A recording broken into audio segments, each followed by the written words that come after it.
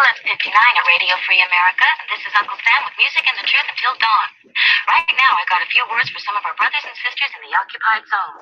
The chair is against the wall. The chair is against the wall.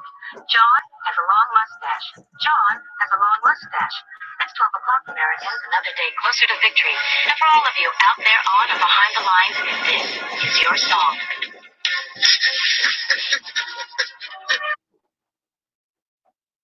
All right, welcome everybody to our episode of our Daily Gun Show. Come to you live on weeknights and talk about guns. So I don't know how the audio is going to work.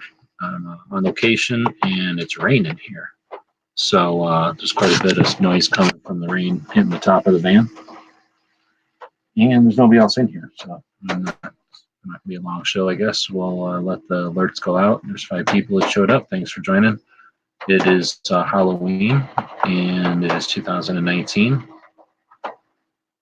Audible, right? And I'm in Washington D.C, so that's been kind of neat. There's Ghost. Hey, thanks for jumping in. Hey, what's up, man? How you doing?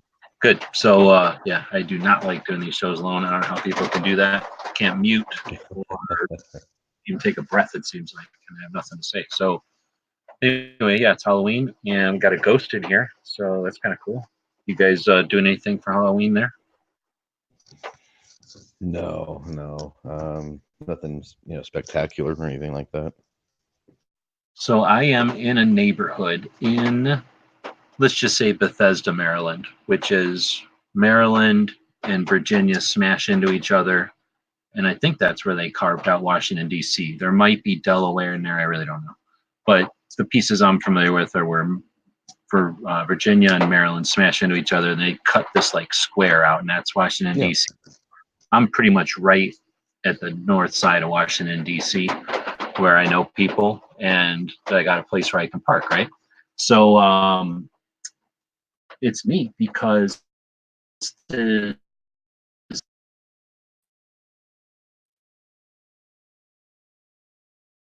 suburbs, like cheese, houses made after World War II, neighborhoods, side streets, no highway. Unlike a lot of the sprawl subdivisions and stuff, which can be kind of almost, what's the word? Like, I don't know. They're more like Poltergeist, that movie Poltergeist, where the neighborhoods kind of look sprawl, where this is more like your old-fashioned kind of neighborhood. Anyway, so it's been a long time since I grew up in neighborhoods like this, I guess. Probably a lot poorer, but similar. Like this, let's say not urban, like it's not downtown where there's high rises and apartments and shit, but it's, there's yards and they're crammed together, and anyway, kids playing on the street, that kind of thing. Anyway, so it's been a long time since I've been in a neighborhood like this, and definitely not on Halloween. Where I live at right now in Arizona, you know how I guess the neighborhood is just old or something. There's not kids, so there is no Halloween. Like there's Halloween and everything, but in where I live in Tucson, like kids don't go down the street ever, just never. Right. Since I've lived there, it's because people are old, or like I say, they just don't have kids or whatever. So I just don't even think about Halloween. I don't have kids. So what was neat for me is I got here before the people got here, so I had some time, and that was afternoon.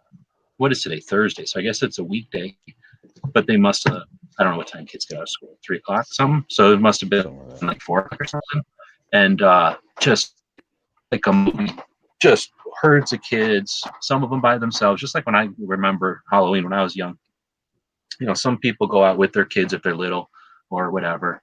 But, so just a mad bunch of no teenagers, just all little kids running around, and just some costumes are cheesy, somebody whipped it together, or the kid doesn't really care, and then some of them are super elaborate, and it's just really, really kind of a neat slice to be able to see a real Halloween, what I consider like old-fashioned, not really a Rockwell painting or whatever that guy's name was, but like just a good old-fashioned Halloween. It's kind of neat. Yeah, and then I was sitting in the van, so it's just happening right all around me, kids yelling and stuff. Is kind of neat. Yeah, I grew up in a neighborhood where it was obviously a lot of kids and real active and all that. But the neighborhood that we live in now, it's there are kids here, but most of the kids in this small town, what they do, which I think is kind of cool, a lot of the churches and a lot of the businesses and all that, we get around the courthouse in the middle of the town square, and they call it trunk or treat. Instead of people going door to door, all these businesses and churches and different people have like tents on the street all around the courthouse square, and they'll just go around that block going tent to tent, and they'll have hot chocolate and food and music and all that. So it's kind of a cool place to go. That's where most everybody goes here. I've heard of stuff like that, and that's exactly like that's what they'll do in Tucson because of the neighborhoods like mine. And plus, at 3 o'clock today in Arizona, it could probably be really hot. Like you wouldn't want to wear a cool costume or like a really elaborate costume because it'd be super hot. So, and I just don't know what it's like anymore. I mean, here it started raining, so everybody cleared out before it got real dark. But there's places where they have weird laws and stuff like they have to go out during the day. And again, that just doesn't work in Arizona. So they'll do it like in malls, and then like what you're saying, I've heard of trunk or treat before, and that's cool. I mean, it definitely is efficient and safer. I bet you it's safer. It just can't be the same as just kids running around because I can remember a little bit. It was a long time ago, obviously, but when you transition from like your parents are going with you to like, oh, you're going out by yourself on Halloween, like, oh wow, and then when you get older, like, oh, I'm not going to go on Halloween anymore. Yeah, okay, I'll go on Halloween, or you have to take a little kid or something.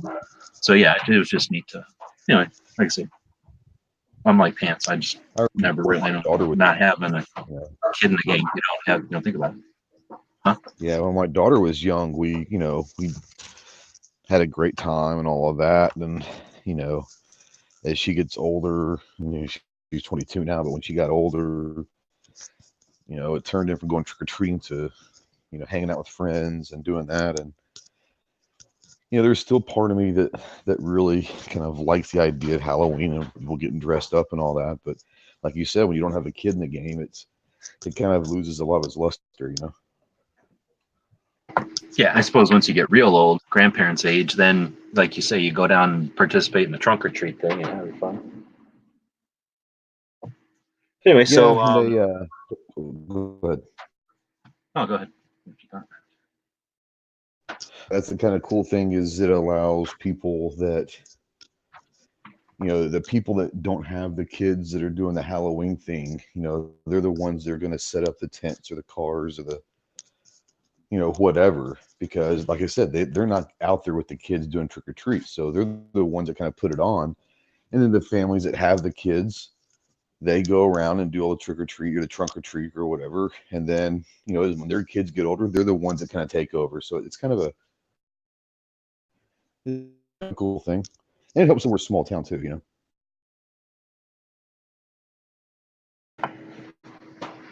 Yeah, well, and that's the other thing, I suppose, too. You get out into too rural, and you got to take a car to go from house to house. Although I remember people doing that kind of stuff. It's almost like Christmas caroling.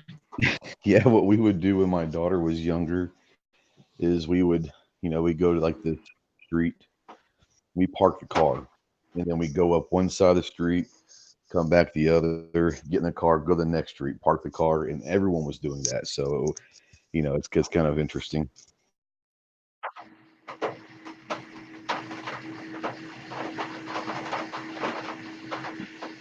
I'm reading the comments. All right, so Halloween. So again, we're I don't know. I guess that happens every year. It's the end of October, and I don't know what's the deal with giveaways and blah blah blah. So what I'm going to do, it was just unannounced. I'm just going to do it. I can't do anything about it right now, but whenever I get back, I've got a full auto little. I don't know what it is. I think it's supposed to be a Scorpion. Umarex in Arkansas, I think, makes it. But you put in like a mess of BBs and holds like, I don't know, at least dozens, if not 100 of them or more. You just kind of fill this reservoir with BBs. And then the only lame part is from the reservoir, you got to like fill this little magazine, let's say like a little straight line of like an area of the gun where it puts them all in a straight line. And there's a spring pressure and that feeds it into the chamber, I guess. But then it takes 2 CO2 cartridges in the grip and then it just unloads them as fast as BBs can fly out of a BB gun. It's really neat. You can flip it from full auto to select fire.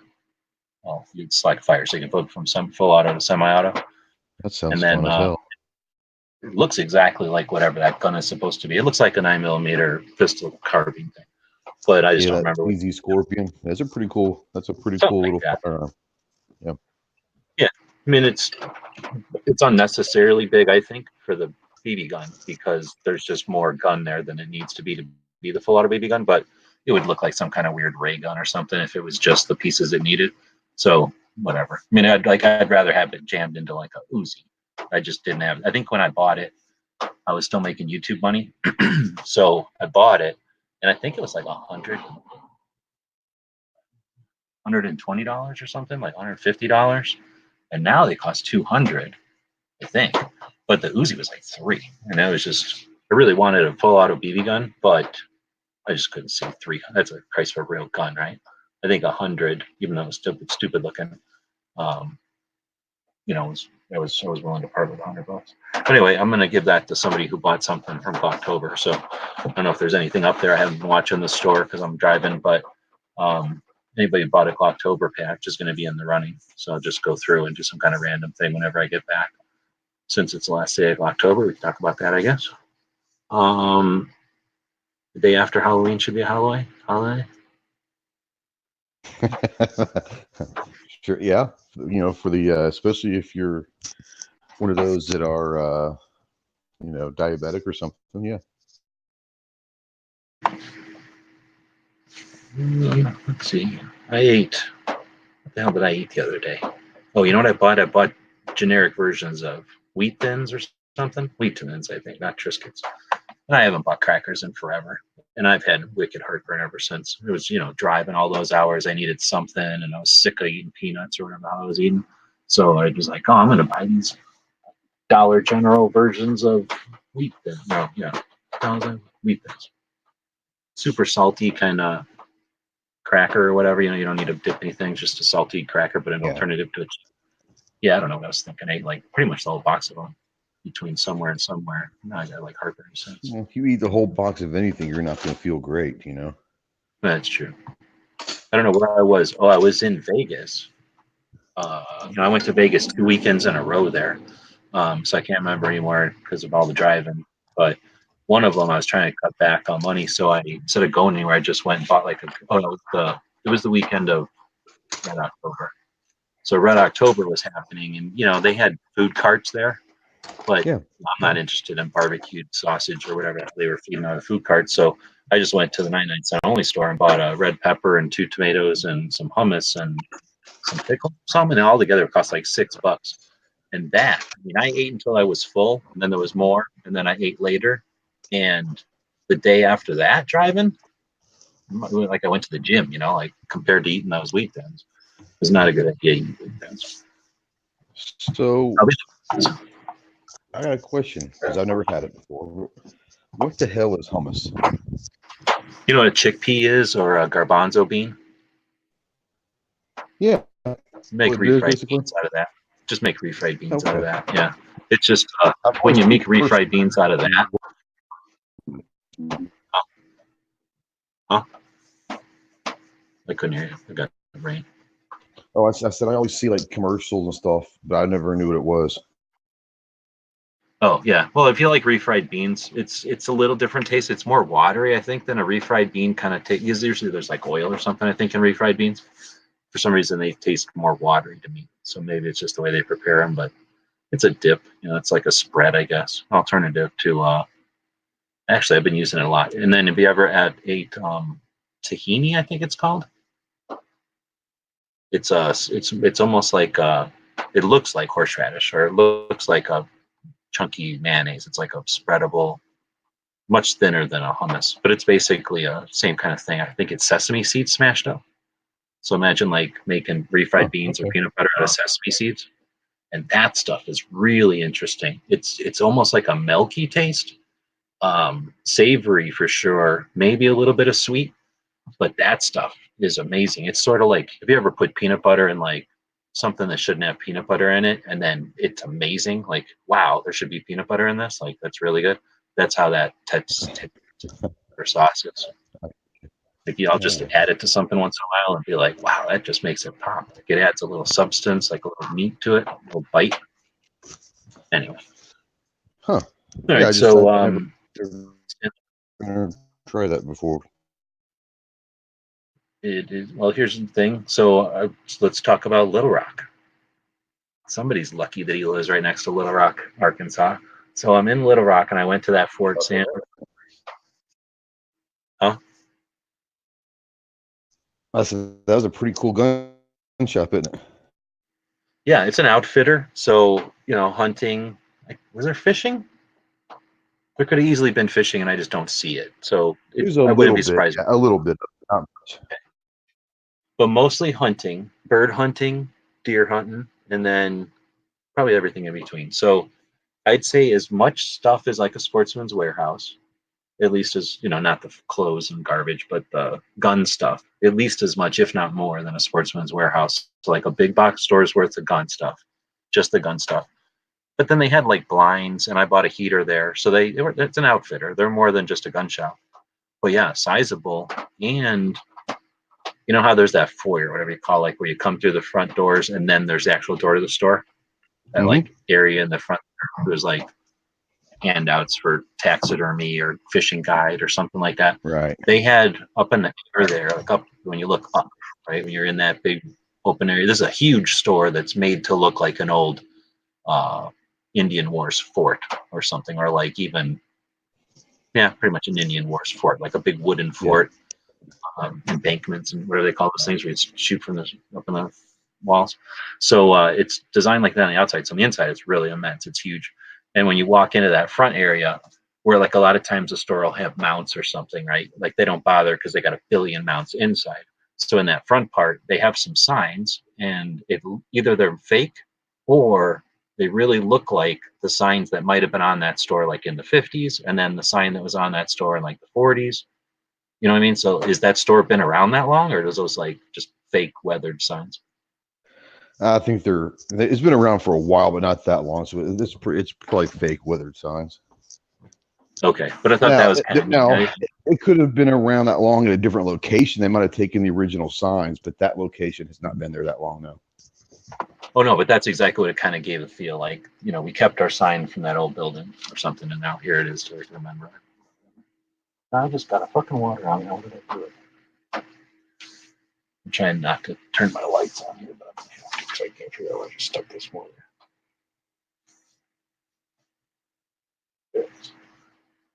Well, okay, so the gun shop you sent me down there to check out, thanks for that. And like I said, they're super friendly. They let me take pictures and stuff and bullshit it a little bit. And I'd say, I guess, how many shops? I've been to 200 shops or something like that. I keep saying it's about 10% of them will say no pictures.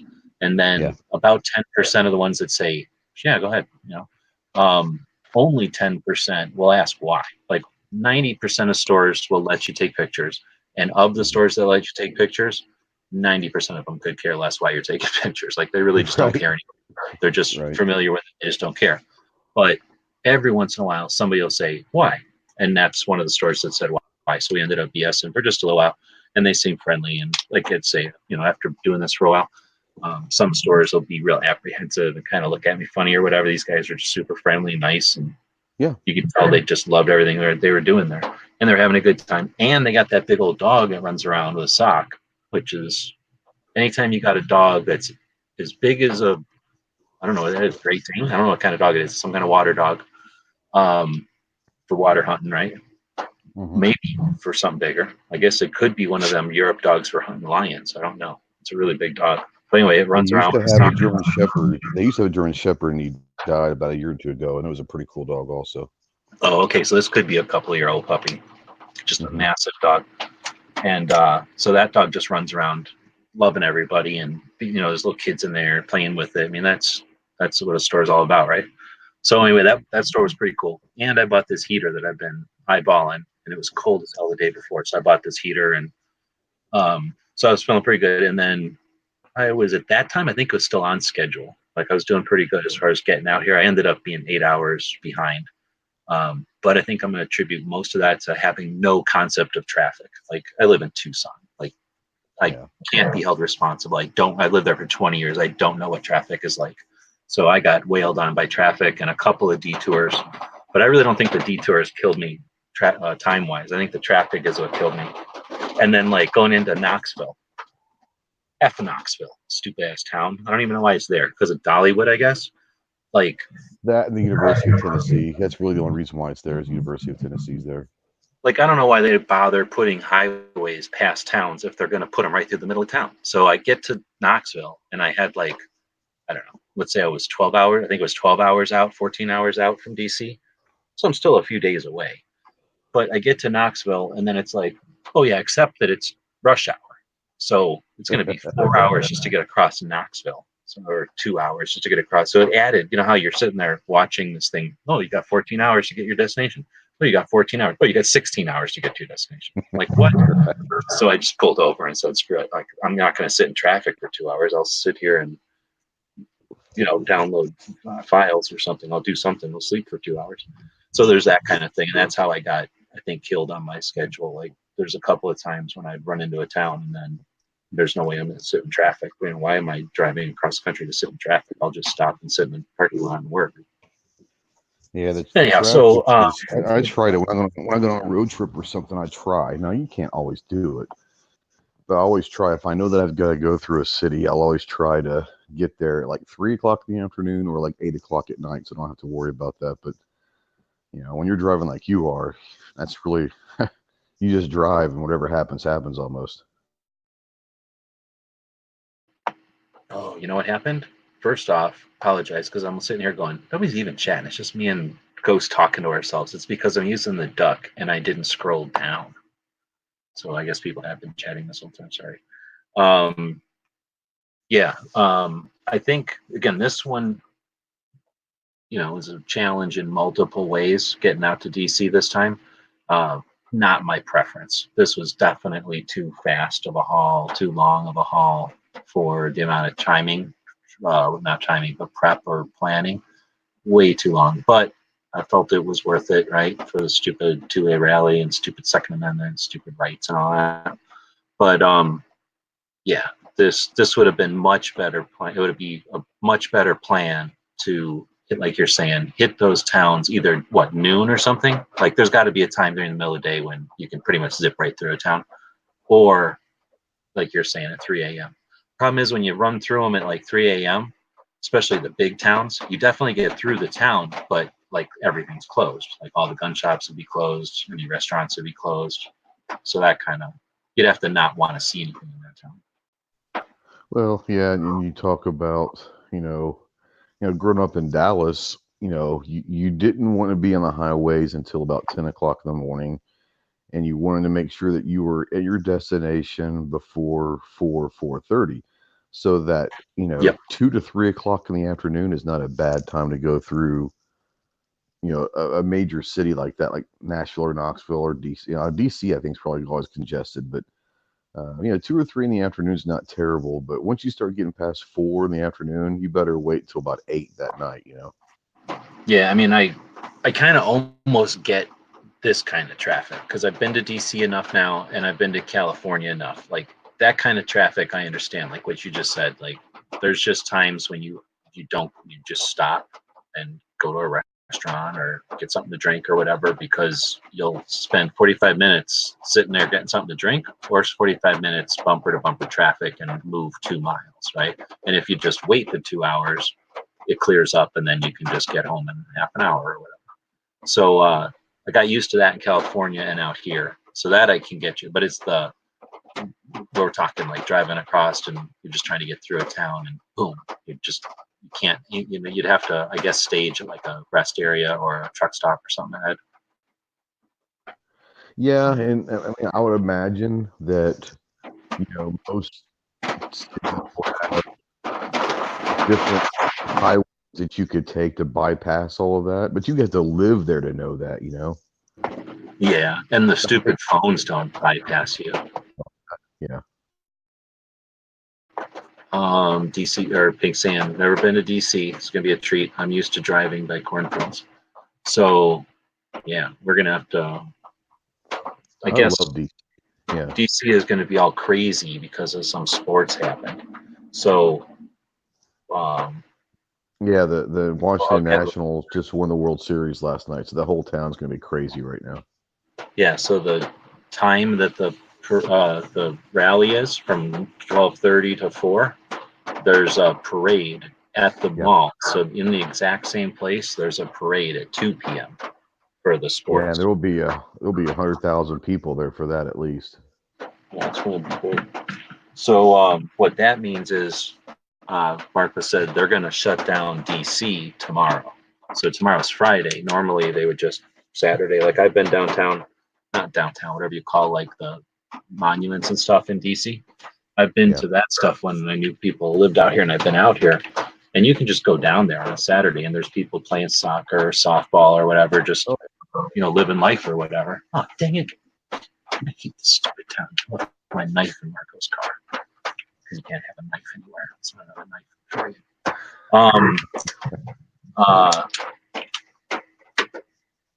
So I was kind of planning on going downtown Saturday morning. Again, just like maybe somebody, if you go down to the middle of where whatever the monuments are called, I don't think they call that downtown. Whatever they call it, where the mall is. Um, if you go down there like middle of the night, you can just go anywhere because nobody's there. It's the middle of the night.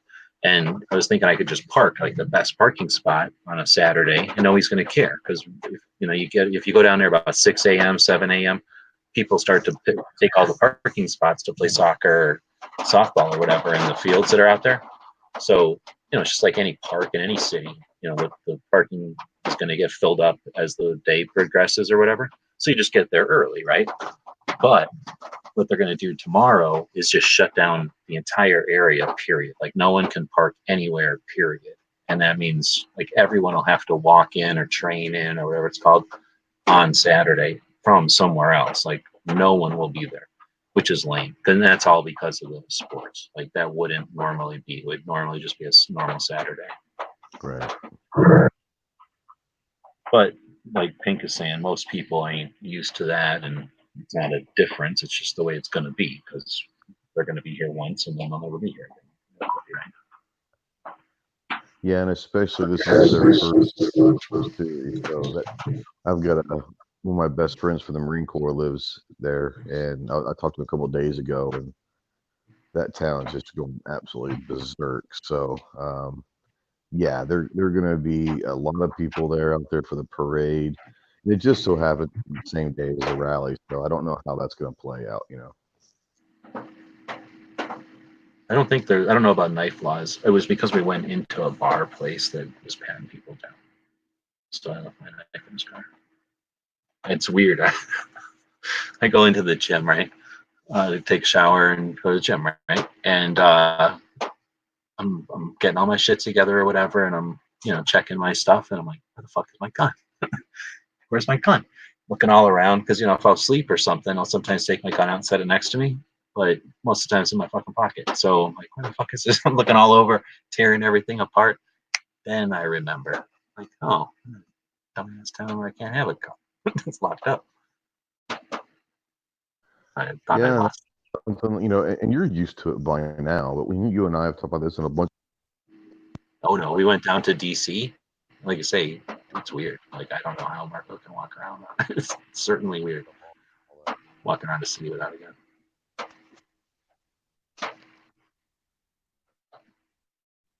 Yeah, I agree with you. Hey, 1,000,000%. my boss will grab it. Sure. Thanks for jumping in. So I'll hit some of this stuff and see if Ghost jumps back in. Well, a lot of people have links. I don't know if maybe joins anymore. But nah, it's just because we went into that place and I had to they were gonna get all worried about a flashlight. So I just left it in his car. I forgot about it. He's got a fancy new car. But I was gonna say, Pink, is that since of the parking thing where you're gonna be, well, I'll get with you tomorrow and we'll talk in real life. But we'll. I was gonna say one more then. Like, well, no, I was thinking to say we were gonna. I don't think we are gonna drive in with Marco. But I was gonna say you don't have to worry about driving. I go downtown with Marco, and let him drive because he knows how to drive here and he knows where he's going, and you just get to look. It's way better than driving yourself. No, I guess I didn't send you a link on that. But to be honest, you've never jumped in, so it's the first time I've seen you out there. For me, this is the first time I've got to do the chat at actual midnight, so it's kind of weird. My time's all off, so it's really 9 o'clock for me anyway. But all my clocks, all my phones and stuff say it's midnight, which is me, because normally I'm doing this midnight show at 9 o'clock. Yeah, Uber or Metro, and that's the thing. I think it'll be neat to Uber because then, again, you don't have to do nothing. They know where they're going, and they're not going to hit people. You just get to look around. Hey, thanks for jumping in. Mustard and mayo. Oh, that's what he's giving out, mustard and mayo packets. I seen So a. the kids that say trick, I was like when you ask them trick or treat and they say trick, he said to give them mustard and mayo packets, and I think that's a great idea. Okay, now I get it. Oh, right on, Patriot. I'll definitely take you up on going there if you want to go there with me. So Bob's in Central. Yeah, it was weird. I don't usually have to pay attention to the time zone when I'm driving, just because I'm either driving so slow across the country that it doesn't matter, right? Or I'm not doing anything. Like I don't have appointments or anything. So the same thing here. But I don't remember being in the Central time zone. I went from Texas, which I don't think is Central, and then next thing I know, Texas my phone. and Arkansas and Tennessee are all in Central. I think Knoxville's when it switches over to Eastern. Panhandle, though? The Panhandle? You got to have it's two still times. Central. No, it's Really? still Central. Yeah. I think So Central I remember changes over in, man, it might be where Texas is. It might be where it starts. Yeah, that's crazy. So anyway, I just didn't notice. So my phone's finally restarted enough times or whatever that now they think they live in East Coast, I guess. So now I'm living East Coast life or East Coast. What am I trying to say? Eastern time zone.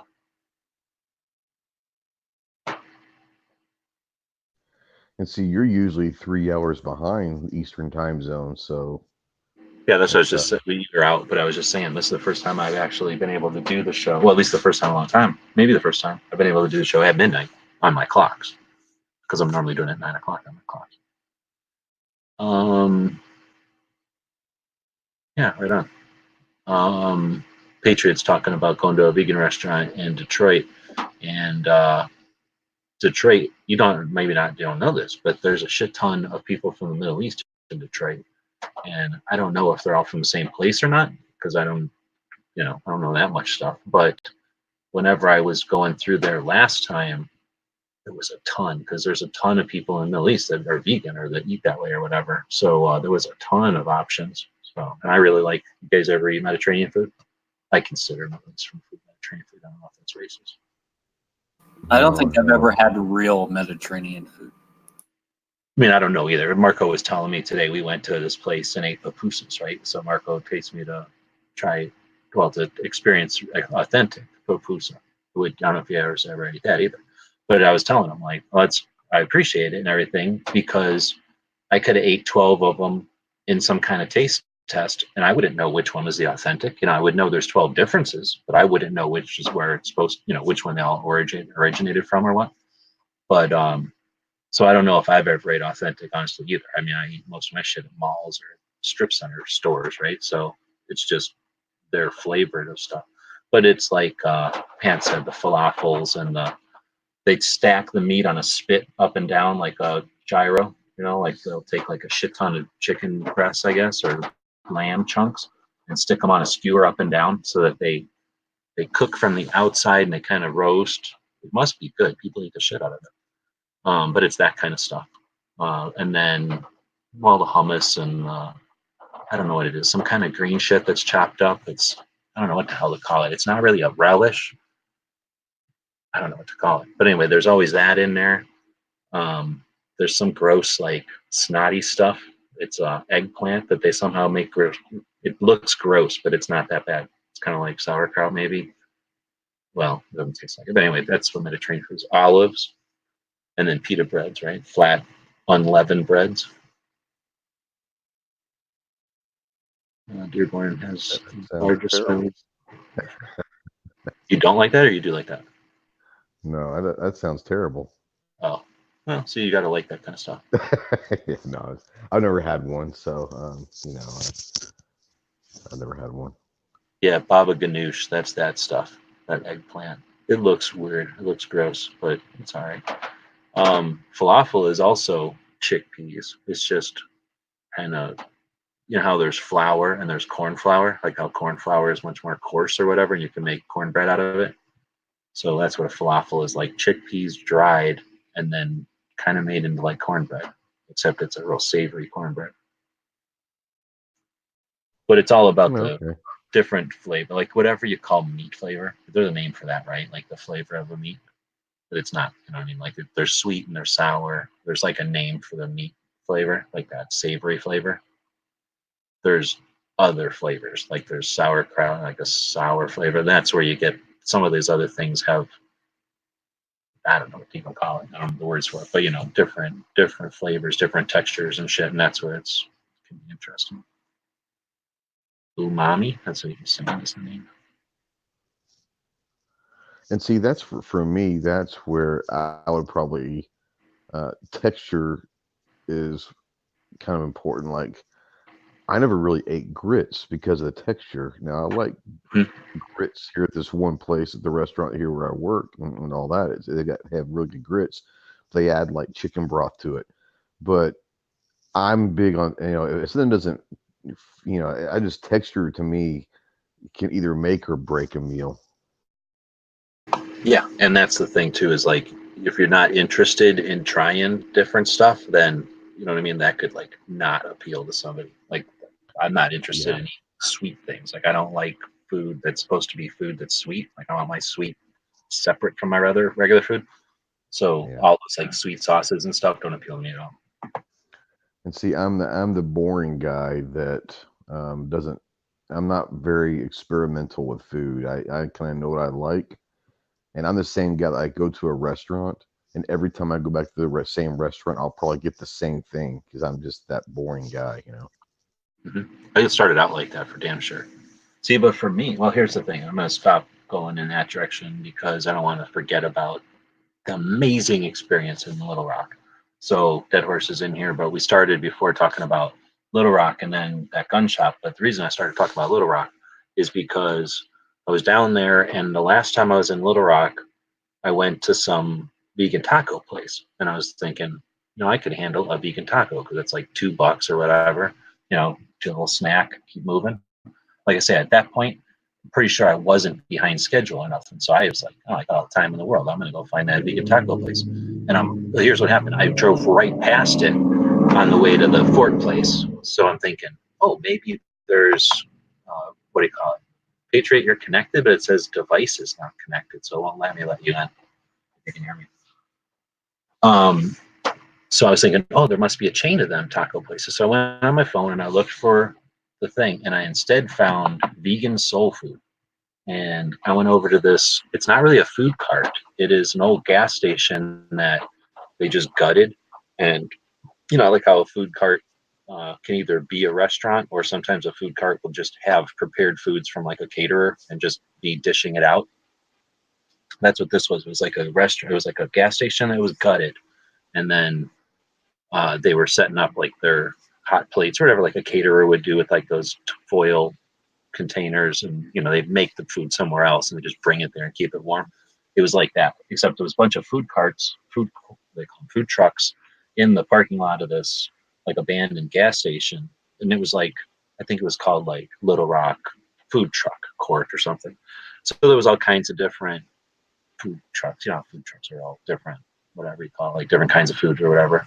And this place was there, and it was called vegan. It was called the House of Mental. I don't know where the name comes from, but vegan soul food. So it was all vegan, which get past, but it was red beans and rice, macaroni and cheese, uh, cauliflower, and for the fried wings or whatever, and then some other kind of shit for the ribs thing, and then some kind of cabbage.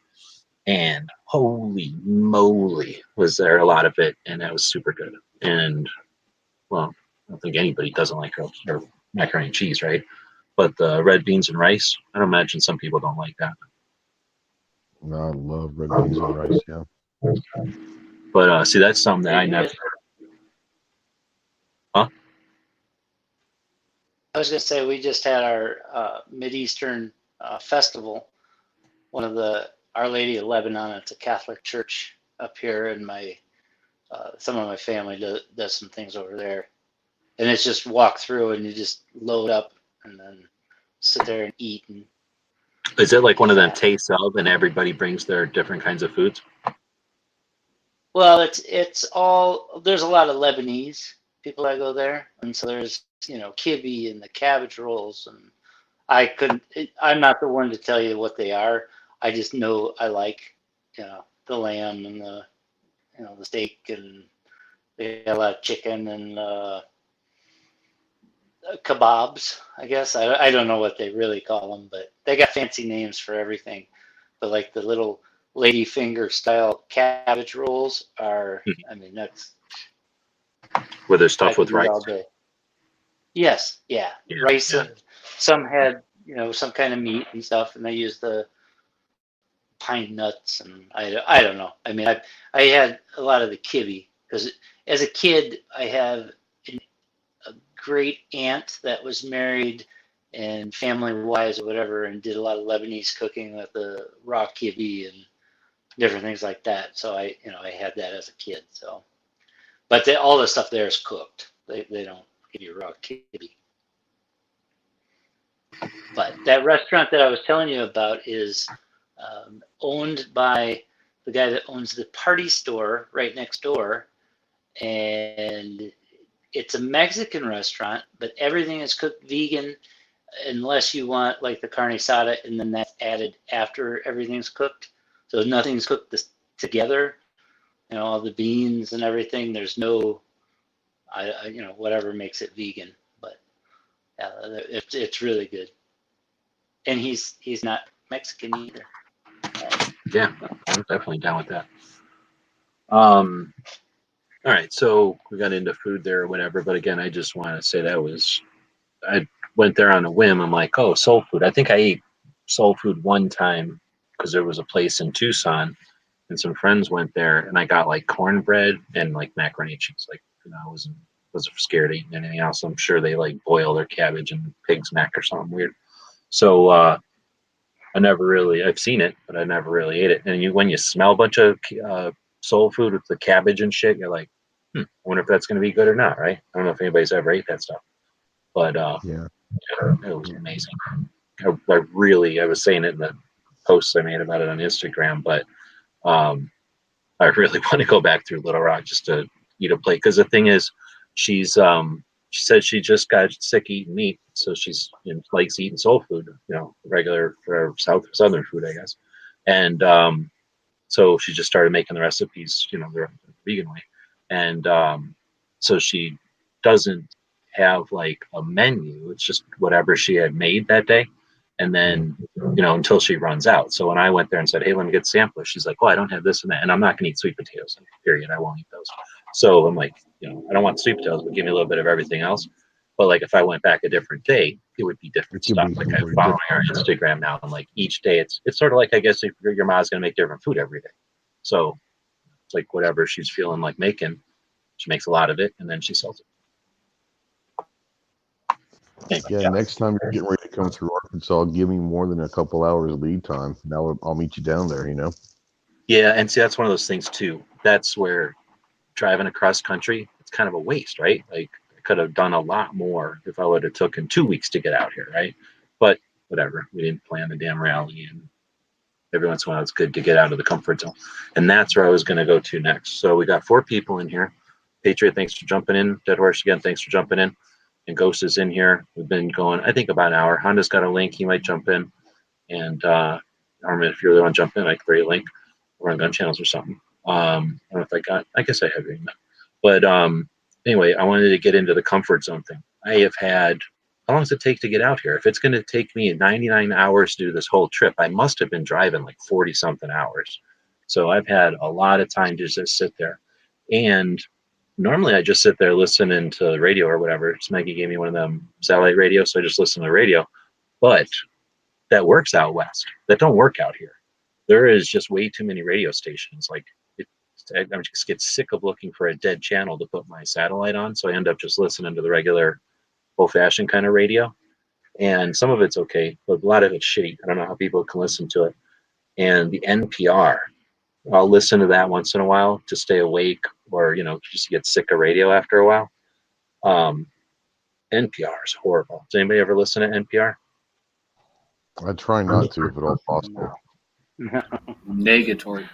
Yeah, I mean, I don't blame anybody for it. I've listened to it in the past. I appreciate that they offer, an insight to different perspectives on shit or whatever. And how can you disagree with somebody if you don't even understand what their perspective is? So at least they offer a rational, like an explanation of it, or at least they used to.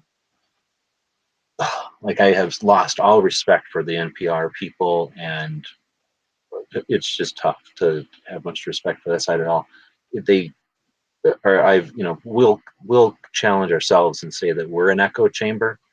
It is just garbage. Like, the programming and the lockstep that they have over there is frustrating and difficult to listen to. I mean, over here on our side, the pro-gun, pro-freedom, we get in arguments all the damn time, right? There's disagreements, whatever, different ways of looking at things.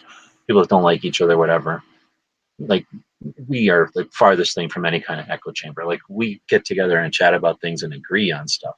But over there, listening to the NPR, it's like indoctrination. Like, they literally have a very small list of things that it's on their mind, and I'm listening to this shit for days, and it doesn't vary from the, I guess, script hardly at all. And it's literally programming. Having to listen to what used to be on NPR, one of the things I appreciated it when I would listen to it back in the day when I've had gigs or whatever where listening to the radio was like an option or whatever.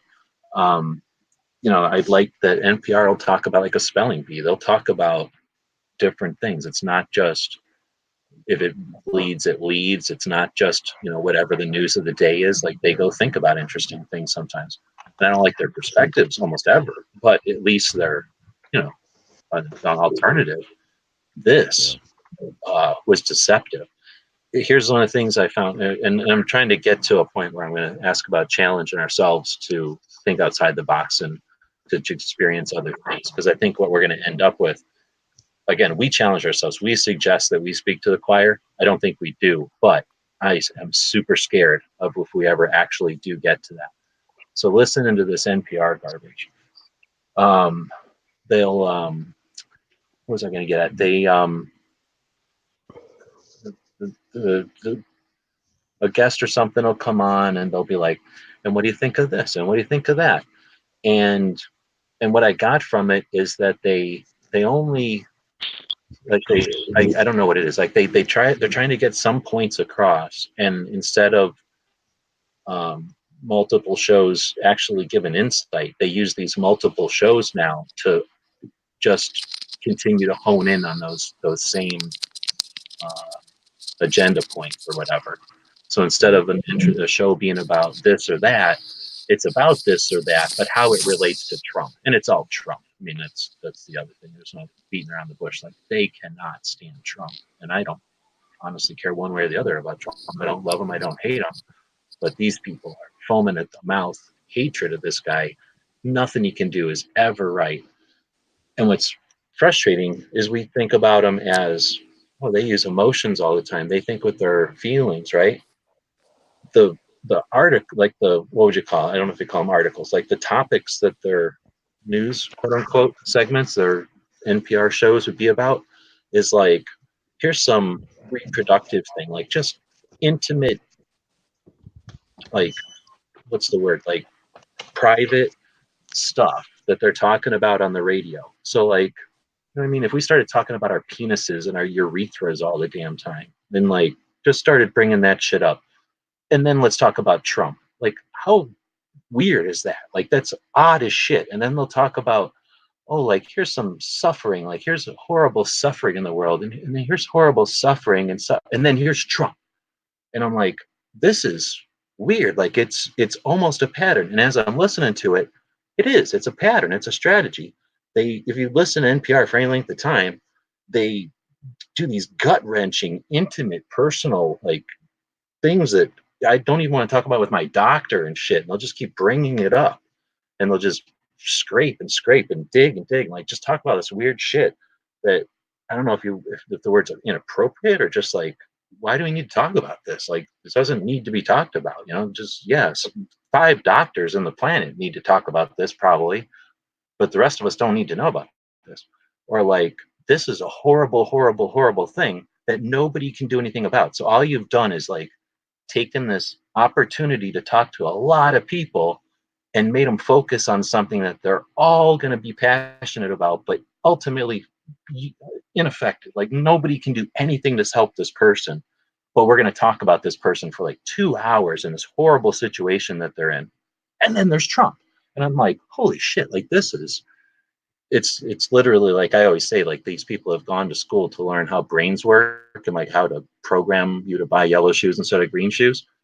That's what it seems like listening to NPR for any length of time. Like the the way that they yank, I don't know if the word is like turn the volume up and down on emotions. Like it's like watching a movie, like a sci-fi movie about somebody trying to be brainwashed. Oh, it's extremely calculated, and as much as we talk about them, they're very good at what they do. That's why it's so difficult sometimes. Is we don't understand how they work. Well, we do understand how they work, but we just would choose not to work in the same fashion they do. But it's very effective to what they're trying to do, and they're very calculated. Oh, I think that you hit on the nail on the head there.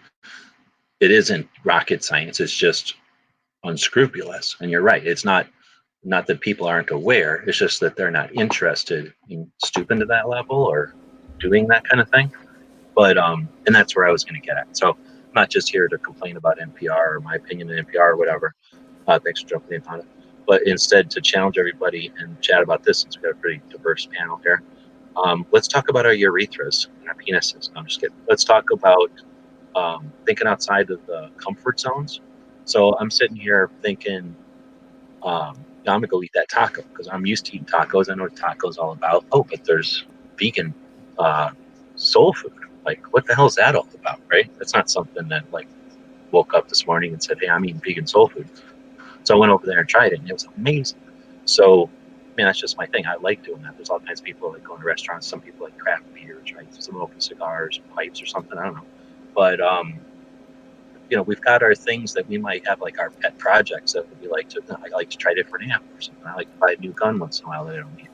But like a real challenge to like go outside of our comfort zone, because just like you said, what they're doing, and I'm saying them, like the NPR, the anti-gunners, the people that are willing and interested to deceive in order to further their agendas. I think that their stuff is fairly obvious, and I think it's a lot like spokes in a what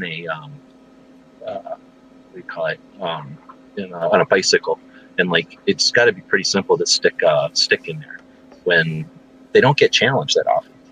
They're not coming up with like well thought out, valid opinions on shit. They're just regurgitating talking points that were given to them, right? So I'm going to throw this out here. It's a big ass long way of saying, what do you think about challenging each ourselves? It's got to be an individual thing. We can make you do it, but just challenging ourselves to, I don't know, do something to experience something different, just so that we get in the habit of being better at adaptation. Is that the word? Like being able to deal with something that's uncomfortable or different or weird and plow through it. Because I don't think the other side is able to do it. I really don't. Well, I think that's why we get so frustrated. Is we always say it's always the same shit. All they're doing is saying the same stuff. They're spitting out the same stats every single time. They're coining these phrases. They're doing all this. That's what they do.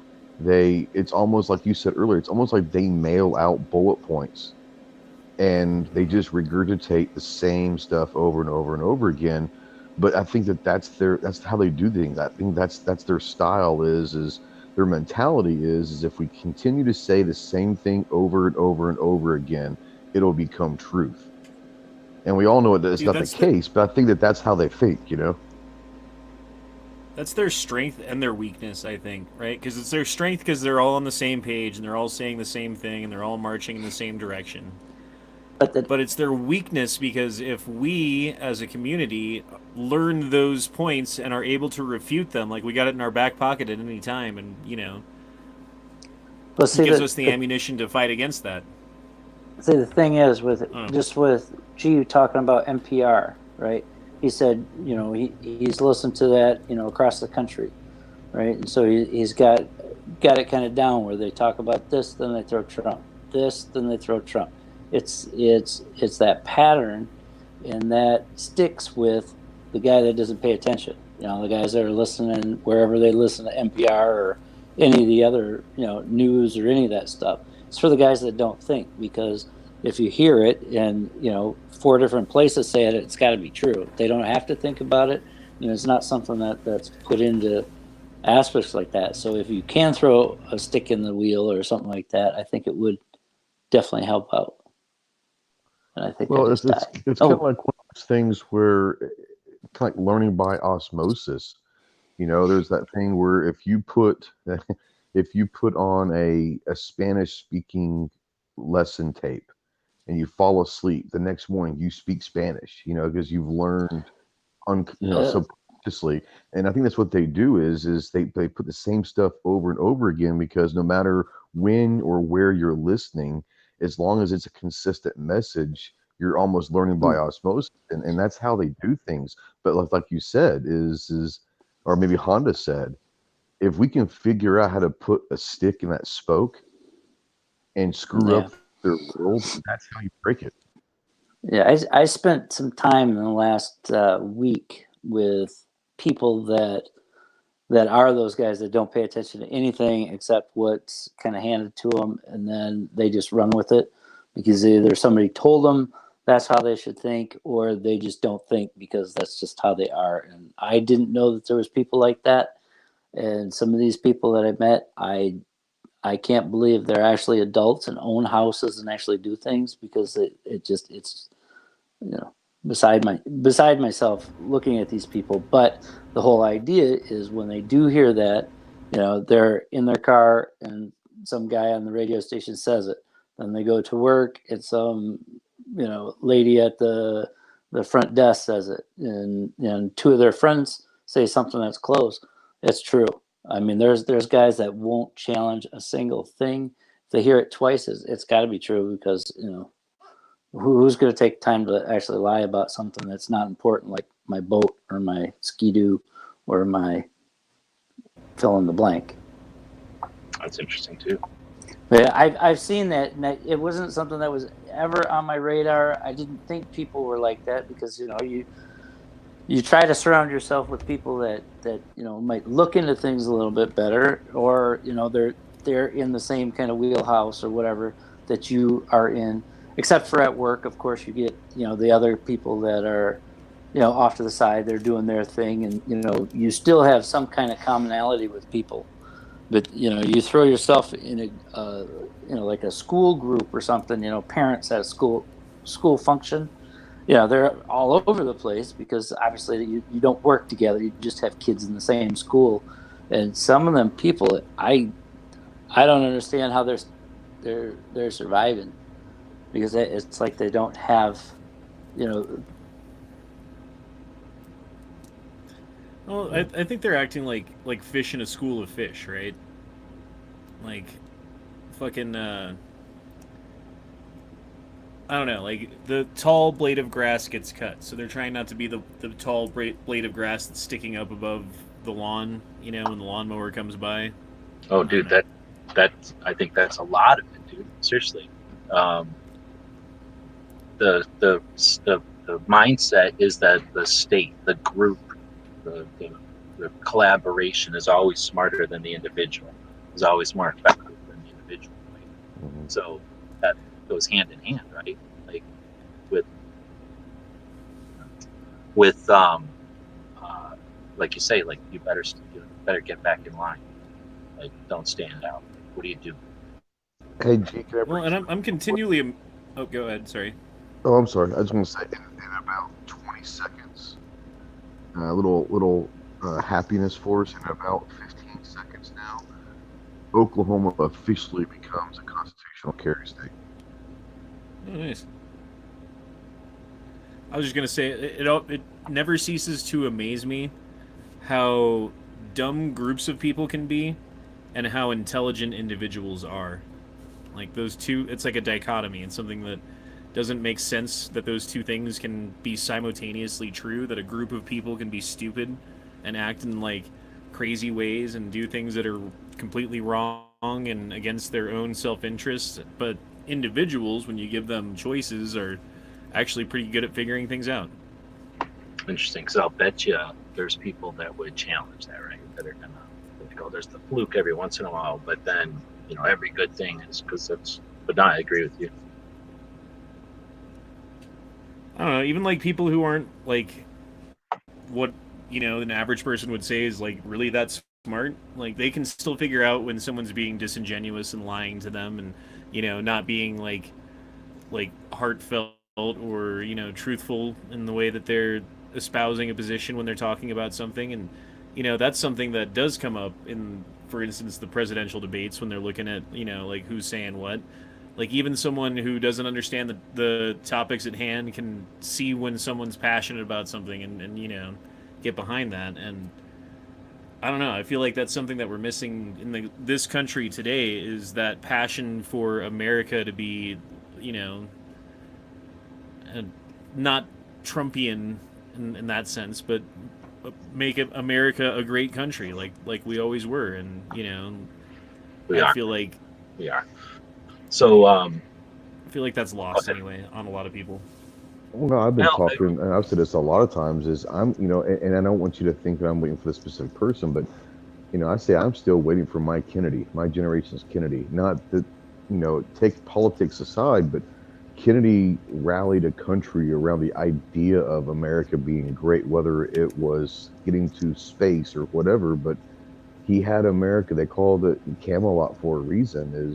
It seemed like there for a few short years, America was um, this country that was proud to be who we are, and we were able and willing to put our differences aside at times and remember that we're Americans. Instead of Republicans or Democrats, we're Americans first. And I'm still waiting for Mike Kennedy, and I don't know if we're ever going to see it.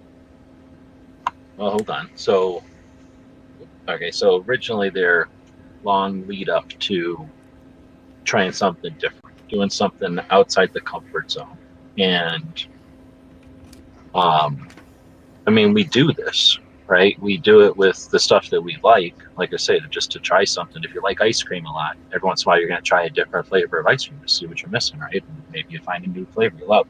And if you don't, you consider it like worth the risk or worth the adventure, right? To because you're interested in it. But that same concept, that experiment and to explore, doing that outside for something you have little interest in, that's a challenge. And I'm not suggesting that it's a good thing. I'm not suggesting that you win by doing it, but I do think we get stronger and at least get more experience and potentially get better at understanding others. Not, the other is going to be, for most of our conversations, the people that are anti-gun. But if let's say you're into tennis and you go skiing, right? Like, it's not the same thing, but you're going to be able to take something back to tennis, right? Like, so even if it was a complete failure, you figure out you hate skiing, you probably could take something back to tennis. And that's where I think I'm getting at. Like, even if people were to think like, I don't read the newspaper, or I think it's stupid. So on Sundays for a month, 4 times, you buy a newspaper and you read the thing cover to cover. I'm talking about little stuff like that. I don't know, just little decisions. And I think that that's something that individuals can do to challenge themselves, and then just from that experience or whatever, be able to maybe apply that. Maybe that's what I'm looking for. Apply that to either conversations with anti-gunners or conversations with people who are anti-gun, so that you can get something in common. Like, okay, we don't agree on guns, but what do you know about bowling? And then, okay, we can have a little conversation here about that. And then maybe we can talk about how, you don't like it, how every time you went bowling, you had to use the bowling balls there. Wouldn't you want to own your own? You don't like owning your own bowling ball? Well, that's what I want to do. I don't have to go to the rink. So maybe there's some way we can get a conversation further by just taking ourselves out of our comfort zones. And that's where I was kind of going with it. I belong to several Facebook groups and different website forums that are about gun control debates. And now understand that you can only imagine the ferocity of the argument to happen. But every now and then there will be a post by someone that you can tell is quote unquote anti-gun or pro-gun control. And I've come to find out, this is an interesting thing, that not everyone who is pro-gun control is anti-gun. They just don't have the answers as to how to do it the right way. So they've fallen under the spell of being anti-gun because that's what they hear. They're being told by the media and everyone else that this tool is the cause of all this misery. And I've actually had a lady say that I'm not anti-gun, but I'm very pro-gun control. And I asked her, and I said, if you're pro-gun control, how can you be pro-gun? And she said, well, I've always valued right to own firearms. But don't you think that there should be a limit? And that was an interesting concept, that she's not anti-gun, but she is pro-gun control. And I said, well, having any limits at all is almost being anti-gun. She goes, no, I don't. But there's certain guns that I would never buy. I don't think that people should know. There's a section that I never considered, that just because you're pro-gun control doesn't necessarily mean you're anti-gun. And I never thought about that. Yeah, and again, that's something that, well, we can all, I guess, you ask that question, right? Some players heard someplace that the best way to get, when there's a stalemate or whatever, you're at a lull in a conversation or a back and forth, to ask a question. So maybe that's the thing. Like, is there a difference between gun control and being, whatever? Well, I think a lot of us, and I'll put myself in that same boat, I think a lot of us tend to look at, if someone is talking gun control, that they must be anti-gun. And I've come to find out that just in just a normal life, life happens in gray, it's not black or white. And even in the gun control, anti-gun program discussion, there is a gray area there too. There's interesting. It was very interesting to talk with her and go back and forth. Hearing her say she's a gun owner, she all wanted to limit to it. So she's not saying anyone should have a gun. She is control.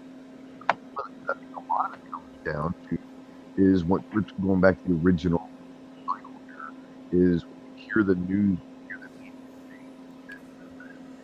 Is Bill's breaking up for everybody, or is it just my?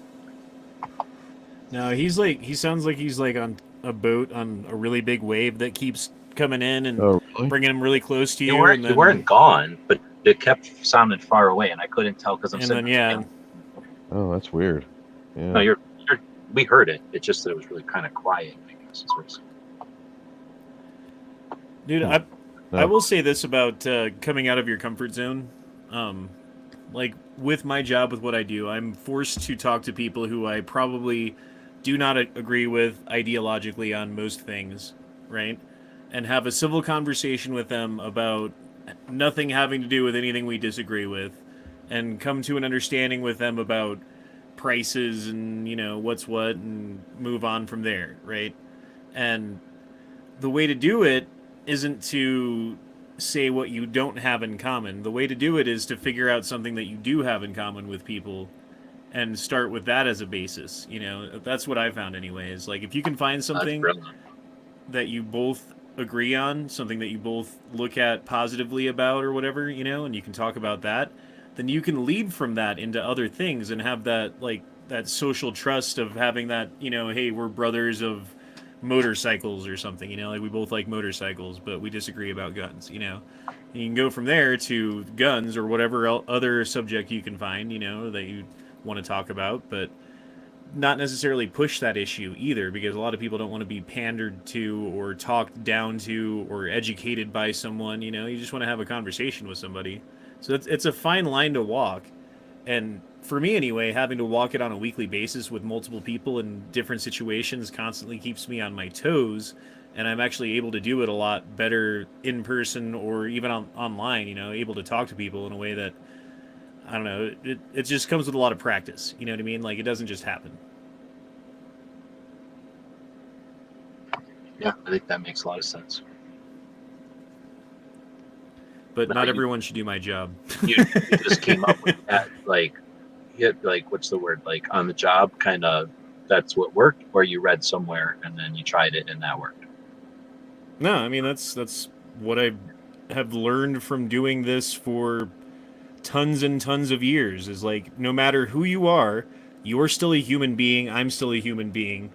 You're gonna like mushrooms or something, not like psychedelic ones, but like on your pizza, you know? And so do I, and we can talk about that, you know, and we can go from there to whatever else it is that I need to get through with you to end this fucking transaction with a person who I don't really like, you know?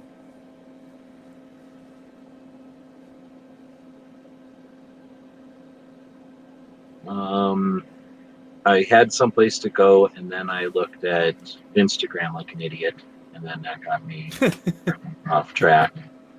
Stilettos and Shotguns posted a thing with like a bunch of kids wearing, you know, like when you go to like the internet and they have like kids costumes, like those kids are, what do you call it, the model wearing the costume, where it's just a bunch of these little kids wearing costumes, and they got like Batman, and it says like, don't give candy to bigoted children.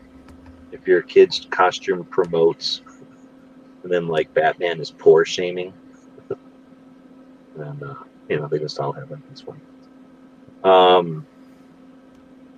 The hot dog is obesity. It's promoting obesity.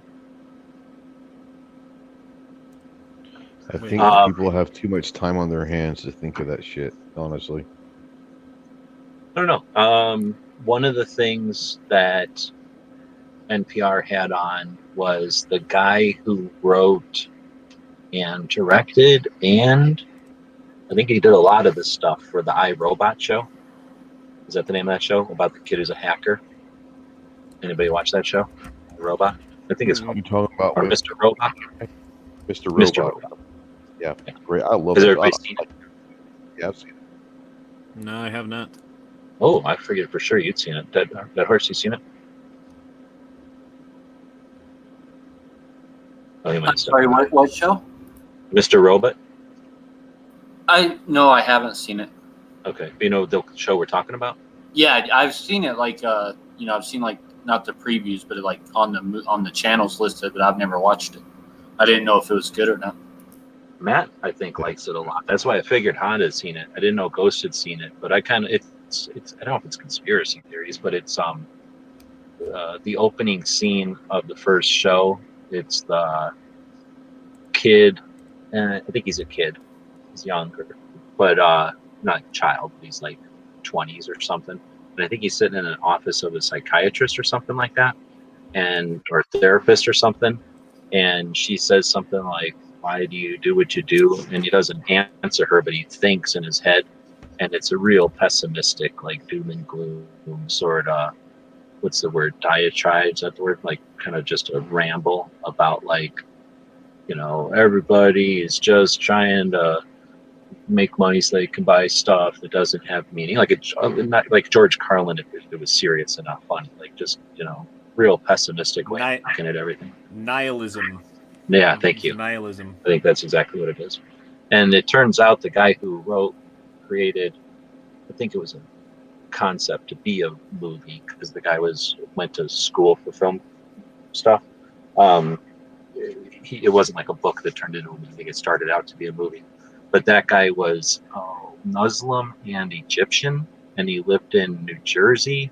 And because of that, he was ostracized, or and his sister had something, and she got picked on, and he got beat up like his first day of school or something for protecting his sister. So that sort of set the stage for him being sort of the outcaster type of role, and then that's where he came up with this. I don't know. I haven't seen the whole show. You've seen it, Marcos, but it's what the kid's like a hacker, and he's not like a bad guy or a good guy. He's just sort of a witness to a bunch of stuff in a way that he can see your secrets because he's hacking you. But Yeah, he doesn't and round but his too much. conscious, his conscious is his dad, and his dad is played by Christian Slater. But his dad's only, and I think his dad died or something like that. But so his dad's only in his mind. But like his dad is like the driving force of his decisions. Like his dad's like pulling the strings in his mind to making decisions. But it's a really good show. If you guys don't know, the guy's name is Robbie, whatever. He was the guy that played Freddie Mercury in the movie and won an Oscar. He's really, Oh, really yeah. good. Yeah, the actor is like really good. So I was thinking while you were talking about another metaphor for what I do and talking to people about gun control, right? And like when I'm going around the bar and like making money off of people, they're getting drinks and stuff, inevitably there's going to be someone who I cannot please no matter what I do. And when I make their drink, they are not going to tip me every time, right? And then there's other people who, when I go to them, I will make money and they're nice and the interaction goes well, right? And when those people come back to the bar, those are the first people that I want to take care of, are the people who had a good interaction, tipped me well, everything last time, versus the people who had a problem and were stinky and, you know what I mean, like didn't tip and all that stuff. I'm putting them absolutely last on my list, not wasting any of my time if possible on them. And I think that should be a metaphor for how we treat people who are potentially anti-gun. Because there's people who you can talk to and convince and bring to our side, even though they might not be initially on our side. And then there's people who you might as well talk to a brick wall. You know what I mean? So try to identify those people, you know? And if they're not able to be argued with, if they won't listen to reason the first time you talk to them, the second time, don't waste your time. Like, it's not worth it. You're wasting energy. You're spinning your wheels. Well, you're true, but we're in that sense. You're talking like on a one-to-one basis. Yeah, one-to-one, yeah. Exactly. But or even like a lot of times we'll have the conversation and suggest that even if you can't change the person's mind who's super stubborn or whatever, if there's other people listening, you got their ear. But I would also say there's also value and worth in creating content that's, I don't know what the word, like evergreen, like content that's just there to exist, to be found. So that if someone searches or if someone's directed to it, it can be used as reference. I think there's value there. And then you're not really trying to change a person's mind as much as like offer our side of the story, right? Well, I think that like in that context, yeah, that's absolutely valuable to have that conversation in a way that's online and you can search it up, like on YouTube, for instance. You can find that conversation between you and an anti-gunner about whatever it is that you come to in your conversation, and that's absolutely valuable, especially if they're one of those closed-minded people who won't listen to reason and doesn't take evidence as fact and that kind of thing. Then you can show that as the irrationality of the other side, and people on our side or people in the middle might be prone to see that and be more swayed to our side of that argument based upon that. So yeah, that's absolutely useful. The problem comes when it's on a one-to-one basis and it's like your brother or something, like he's not going to listen. You just stop wasting your time. And I think that's something that you have to learn over time, like who's really not worth wasting your time arguing with about those things. And I would tend to agree that having those arguments is not beneficial. It's not productive. To play devil's advocate, just to say this is, even if you realize or you come to the realization that you're probably not going to change their mind, maybe if you can just leave them with a question when you say, you know what, we can probably agree to disagree, but I just want to ask you this, and ask them some sort of question that's going to make them intrigued a little bit, and maybe plant a seed to make them have to go research something. Sit there and say, look, you and I have different opinions. We're both going to spout off different stats, and you might say that my stats are wrong. You don't believe them, but would you at least maybe go have your next conversation with someone else, just check out my stats. I'm going to check your stats out, but would you check out my stats? And if you just plant that seed, sometimes you don't walk away changing their minds, but that might 6 months later plant that seed to change their minds by something, just by asking a question today. Hey, we're going to disagree. We're not going to get accomplished right now, but I'm going to go check out what you're saying. Would you go check out what I'm saying? Because we know that typically our stats and our facts are typically correct. And that's not being, arrogant or anything, but we know that our side is backed up a lot more by stats. And if you just ask them that open-ended question, hey, would you just do me a favor? Instead of arguing, we can leave here peacefully. We can part as friends. I'm going to go check yours out. You go check mine out too. And that's all you got to say. And maybe you plant that seed somewhere down the line. Yeah, I hear what you're saying, but I mean that's like them saying to you, okay, like I'll see you in 6 months when you're an anti-gunner because you checked out my stats.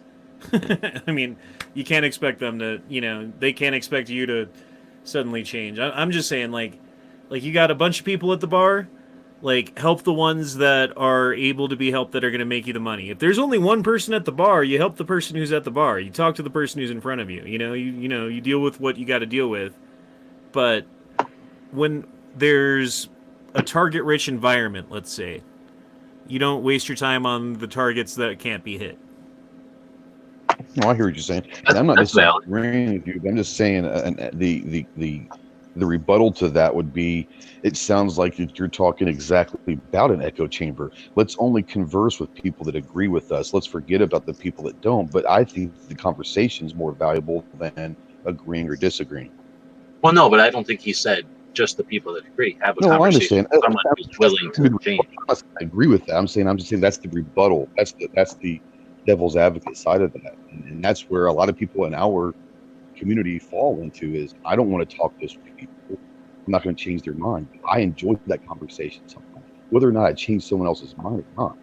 If nothing else, it galvanizes my beliefs, And having those conversations online, or doing like an on the street interview and recording it and that kind of thing, I think is super useful and super awesome for the Second Amendment, and unless you just look like an idiot, and that happens too sometimes. But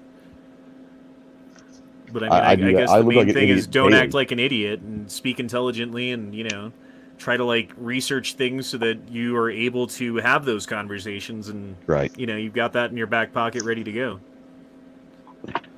Which goes back to the original point of their arguments are always the same, which is both their strength and their weakness, because they're always marching in the same direction. Yep. But they all have the same marching orders, right? Yep, exactly. So if you can, and once you push over whoever's calling cadence, they tend to just stand there because none of them really know how to lead the way or understand what they're doing. They just knew to walk in back of the guy in back in front of them, right? So once you disrupt the little bit of it, they all just kind of fall apart. I appreciate this because this is what I really like about the Daily Gun Show, is getting people together, chatting about stuff. We're not being led by the news of the day. And so we're just kind of progressing the conversation. I want to take it to Arkansas, and the elephant in the room. Arkansas hates my van, and every time I drive through Arkansas, things happen to it. But midnight, I'm going to throw a pancake advocate out here to Honda's thing, because Honda's brings up a good point. I believe what you're saying there is what I've heard of as the 80-20 rule, and that can apply all different kinds of ways to things. But basically, those 20% of customers that are worth your time, that bring in 80% of the income, are the ones that are worth your time, and the 80% that don't bring in anything are the ones that are sucking all your time. But Midnight says, but if you treat them shitty when you're pissed at them, they'll be pissed and shitty next time too, and it's a self-fulfilling.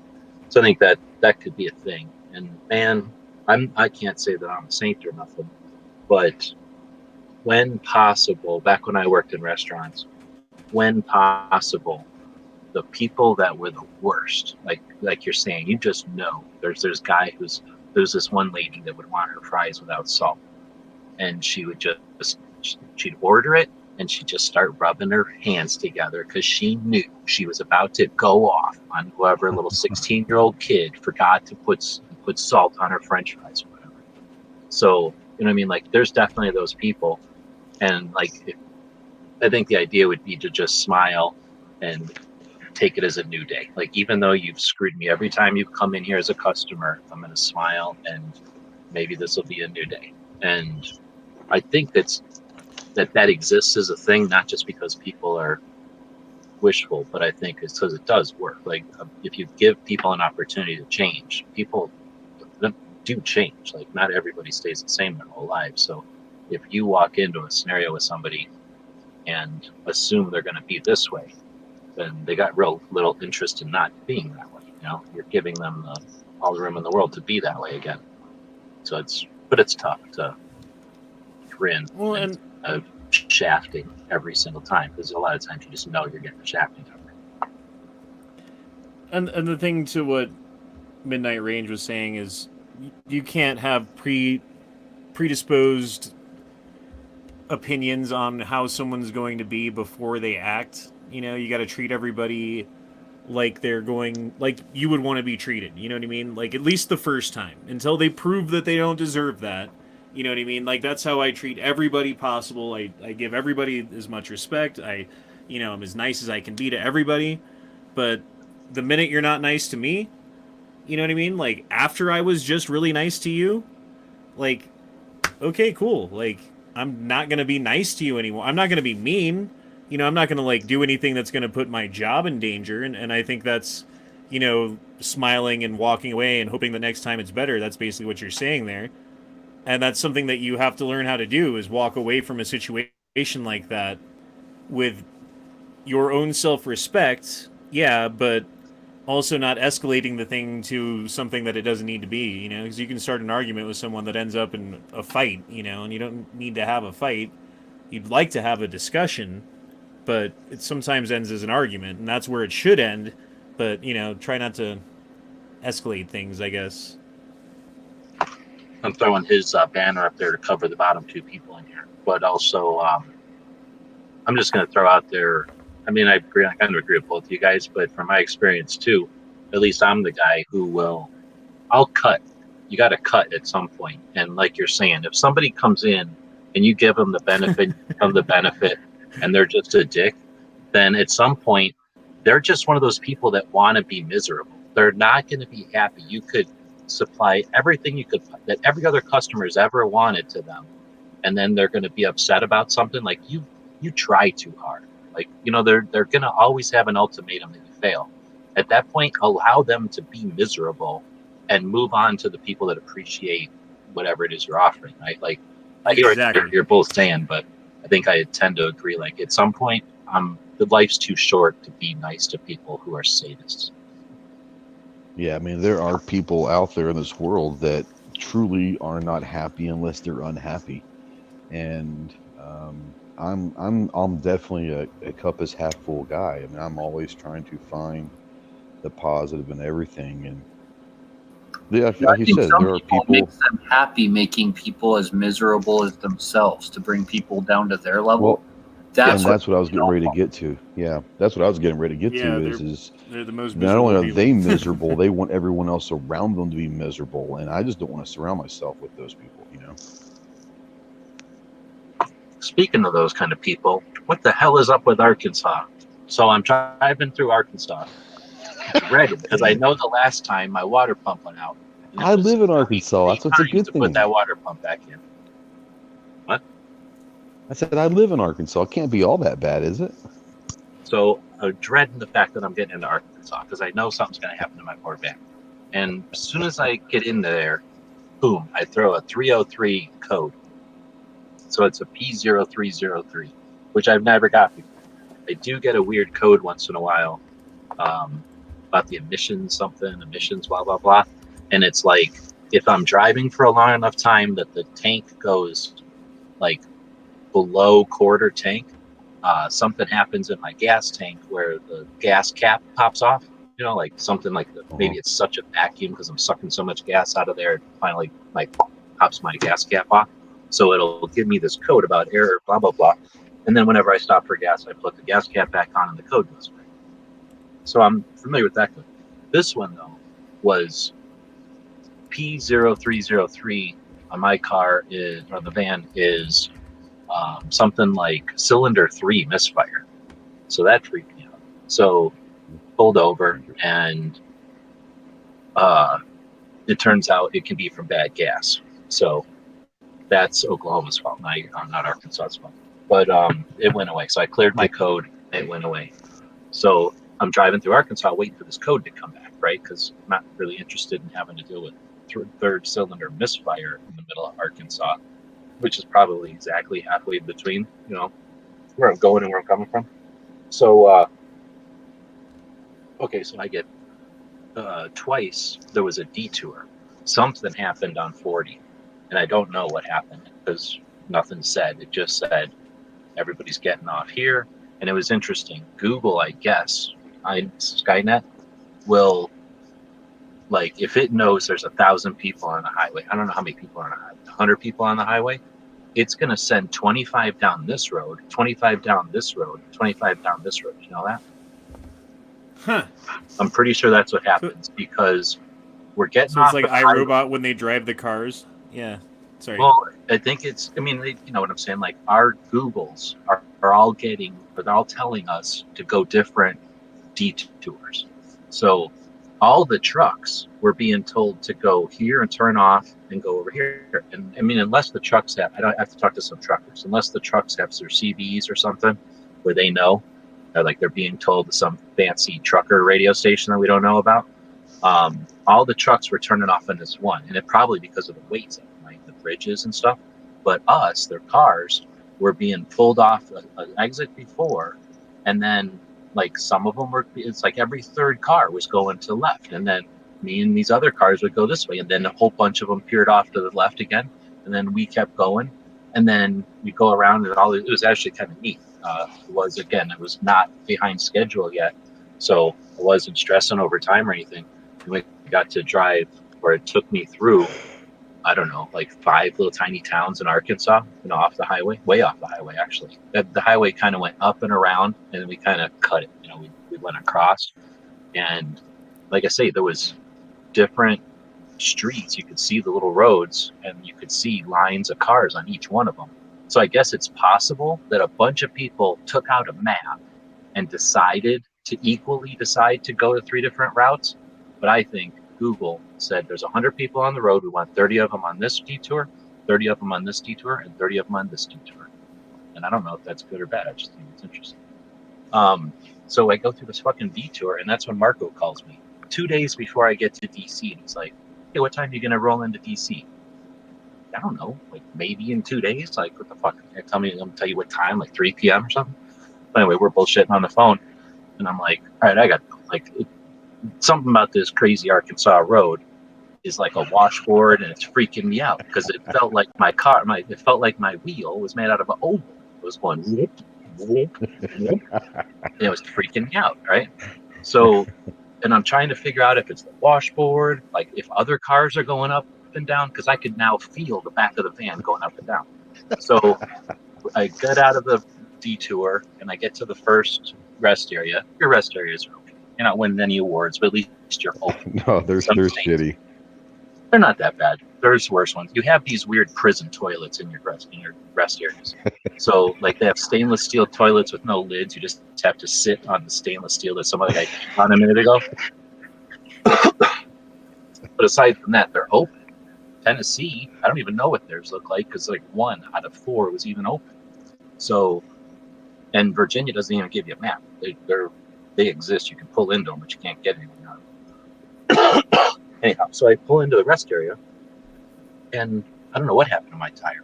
It's a decent tire. It's a Wrangler, or what is it? A Goodyear Wrangler LT. And it was the post office. So it's the ones that the post office put on there. But it was where the tire, like the rubber, not rubber, but the inner tube, I guess, part, and then there's the tread. And I never thought about it, but I guess they're glued together. And the tread had like dry rotted or stretched or something. And I got this, Marco calls it a tire boob, but it's like a giant blister, like just out of nowhere, sort of like between the tread and the inner tube part, just got huge. And it just like stretched and ripped all the, what do you call it? Tread part off of the tire, and it looked weird. I think I tried to get a picture. Sounds like they're retreaded tires. Do you know if they're retreaded or are they? Because like tires from the factory, I'm pretty sure the tread is like integral to the rubber, right? But if they're retreaded, then they basically shave it down a little bit so it's nice and smooth, and then hot glue it on, and then there's like a tread that wraps all around it. But I didn't see a seam or anything. It seemed like it was just bursting, and it had some kind of weird like cancer bubble in it. Like it was definitely the inner tube part like got a weird blister and like was blowing through. It was like ripping the tread. But yeah, the inside of the rubber looked like wet. It looked really weird. And I tried to get pictures of it, but it was at night now. I got some pictures. So yeah, it was. My tire was literally like an oval shape. Like there was a big blister on it. So it was weird as shit. Anyway, so yeah, I had to, I just put the spare. I had bought a bunch of both of my vans use the same wheels. So I just bought like 4 extra wheels off a guy who had upgraded his van wheels into something else and sold them to me on Craigslist. So I have a full size tire in there underneath of it. So I just put the spare out and then took it to a tire place today. So I ended up getting 2 tires, 2 brand new tires on the back. And then they did an alignment. So now I'm aligned again, which is nice. And they did an oil change, which, it's a 6,000 mile trip. I figured I'd do an oil change once I got here anyway. And since they had it up on the rack to do the alignment, it was pretty cool. I called around. I got here to D.C. area and, did a couple of things I needed to get done. And let's just say to be legal, right? And then I had some time before people I know were able to do stuff, working or whatever. It's a weekday, even though it's Halloween. And even though it's Halloween, right? I called around and I found a place that had, this is Maryland, so I'm not going to find bargain probably anything labor-wise. But I looked around online how much a Wrangler was going to cost me, a Goodyear, and this was less. And with whatever mounting and everything was still less than buying a Goodyear. So I ended up going over there and they just impressed the shit on me. Sometimes you go to a place, a mechanic or whatever, and you're like, this was like, I'm going to get my car out of here. This was like the opposite. I go there and everybody had smiles. Like all the customers seemed happy. They had like 6 guys, mechanics, whatever, swapping tires and doing stuff. And then a coordinator. And then another like mechanic or 2, actually 2 mechanics doing mechanic stuff. So it just really impressed me. And like out of nowhere, just calling them out of nowhere, they took me in off the street with no appointment. Every other place I called in Maryland, number 1 was more money for the tires, and like tomorrow, maybe tomorrow if I got time tomorrow. And I wasn't playing like I'm out of town and blah blah blah. I just said like, can I get an appointment today? Nah, maybe tomorrow. Nope, maybe tomorrow. This place, yeah, bring it on. So I was impressed. They ended up getting 2 tires because I had enough time to go out and kind of rub them all. And I had 1 tire that was scalloping. What do they call it? Sawtoothing. I had that happen on remember that happened? I don't know if you felt my tire when that happened in Tulsa the first time. The passenger side tire. Oh yeah. So I had that happening on the driver's side now. So it's like shit. Might as well get 2 tires then, and put the good ones on back. Have basically 2 decent size up front. There's a 265, 75, 16. Where are you at? Well, getting that alignment done will make your van just go down the highway a lot smoother and make your tires fucking not last a lot longer. Yeah, exactly. But they're not, because the tires I got are made in Taiwan out of recycled tires, so they're not going to be Goodyear Wranglers. But the thing is, Goodyear Wrangler is like saying pickup truck, I guess. They go from $119 or $90 up to like $200. So I need Wrangler or Goodyear Wrangler LTs, like trucks, which I think is just like fleet vehicle tire. And for me, why not? That seems like that's what I had on there. The post office had on there. Man, my first car was a Volkswagen Fox Wolfsenberg edition, and each tire was $30. So getting a new set of tires was like $120. So anytime I had a problem with a tire, I just got a new set. Might as well. Oh, I totally Have hear the that. like little clown tires, little tiny tires. But that thing, it moved. It was a good car. Yeah, car tires, I'm the same way. And even with my small trucks, I would just get whatever. Especially when I was just tooling around town. Who cares what tires? More than likely, you're going to pop it with a nail than everything else, right? But, Right. well, the one thing is, it's all slick here today. Like it's raining really hard, and then it'll just be drizzling. And obviously, I don't drive in rain all that much. And that means the van isn't even in rain all that much. But like it's either the brakes or me. But every time I brake, well, not every time, but occasionally when I brake, I'll lock them, and then that thing skids a long way for a 1-ton van. Like it skids, like it just the wheels all lock up and it just keeps going. Like it's all nice. So that was freaking me out. So I wanted some tread again because they are kind of getting bald. It's better to do a max brake than it is to like lock your tires up. You can always stop faster if you don't lock your tires than you do if you do. Well, of course. I'm just I don't have to stop that often, and it just freaked me out. So I kept doing it because I'm not used. I can't do that very often.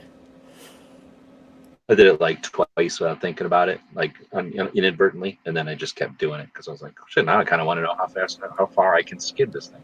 And when I'm driving at 70, I'm going to feel a lot more comfortable with tread underneath me than I didn't even think about it. But on the way out here, I was driving like 70, 75 around curves in the rain. Like I just assumed I was stuck to the road, but I'm not trying to have tread underneath me. But now Pam was saying that he's got a set of these. I'm gonna go check my thing just to make sure, but I'm pretty sure it's 75/16. And then actually, but if you really got a set, I'll definitely trade you some for that. I think you got some interesting. You say 265 75R16? Yeah, I'm just making sure in my notes because the problem is I took a bunch of pictures today, and I took pictures of 65s. I think.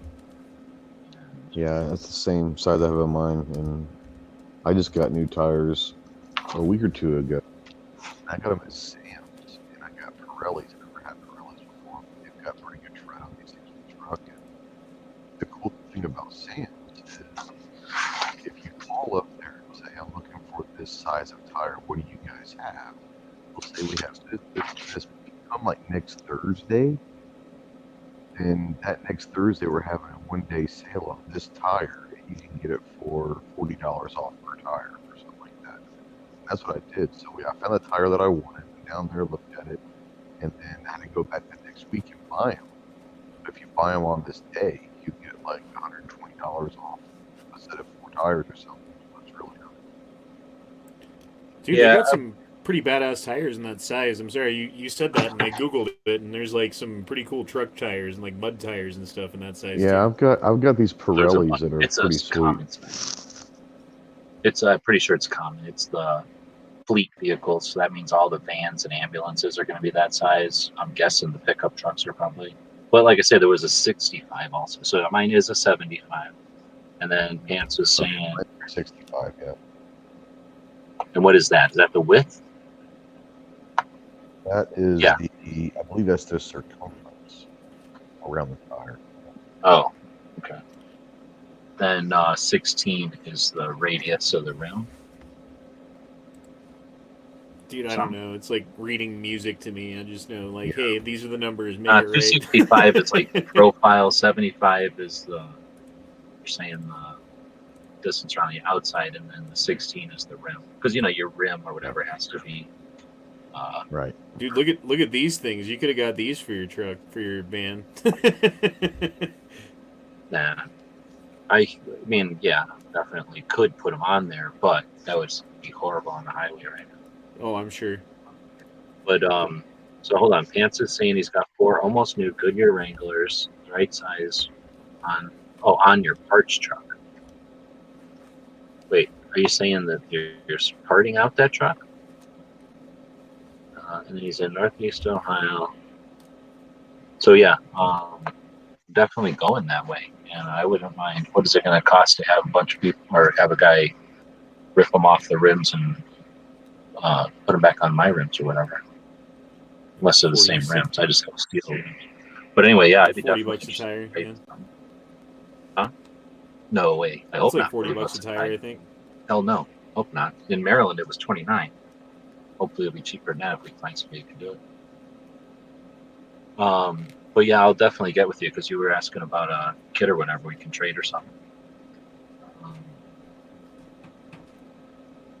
Patriot's Right. asking if we can hear him, and I cannot hear Patriot at all. Can you guys? No. No, I Oh. can't hear him at all. I didn't see that. Sorry. Yeah, no, I can't hear you. But when you came in, Patriot, if you can hear us, when you came in, it said something about a device. So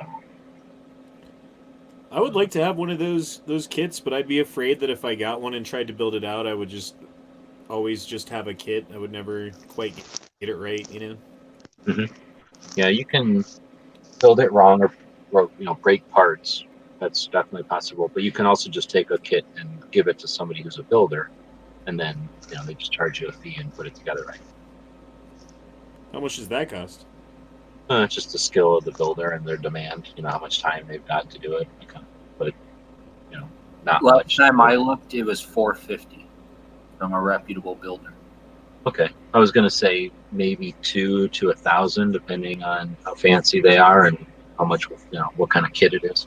Like I've got some kits that have the original barrel, so it's really just pushing pins, kind of slapping it together and putting it back all together. So it's about as close to an AR-15 as you can get. And then there's another kit I have where it was never a gun. It's just the gas tube, not the gas tube, the gas block and the front sight don't have any holes for pins. Like first you got to put them on there and then drill your hole through the gas block and the barrel at the same time. Like a virgin kit that has never even been assembled into a gun. Like that's a whole different level of skill and what you get at the end. If you're a super fastidious person with a virgin kit, you can make the tightest AK ever made, like custom everything, double. You can just do anything you want into it because it's never had a hole drilled in it. And then, like you say, there's builders like me. I've never done any of that stuff. I know of it, but I only ever had to pull pins, take apart a barrel, pull the pin and knock the gas block off, and then put the receiver on it and just put all those pins back together. I've never had to do any real work except for assembly and disassembly almost. But Can you buy a receiver? Can you buy a receiver that's basically ready to just Yeah. accept all those Yeah, parts? oh definitely. Still gotta Back press in the the day, barrel. it was kind of tough, but now you can buy the receiver. Let's say you got a German kit or a Polish kit or a whatever, Hungarian kit, whatever. You can buy that receiver, but you can pay like $10 extra or whatever it is and have it engraved with the selector markings in that language. So if it's supposed to be a squiggly line or a weird box, that's what it's going to be. And the right dimples, yeah, they're crazy dead on nowadays from 3 or 4 different places too. It's not like you can only get them from Nodak anymore. You can get all different kinds. Oh yeah, I'm looking at it right now. You can buy one for $99. But Polish AK receiver. sometimes you just don't have to worry about it. You just give your kit to a place, especially for that kind of money. I would think, a $100 receiver might be part of a $600 build or something. Right. Yeah, those kits go for what, like $500-600, $700, depending. Yeah, again, it all depends. And then the thing is, like for me, when I got my virgin kits, those kits that were made out of, basically they would go to the factory and instead of building a gun, some guy just walked around, because most parts kits are a gun that was already built, and then they chop it up with a torch or a saw and then put it in a bag.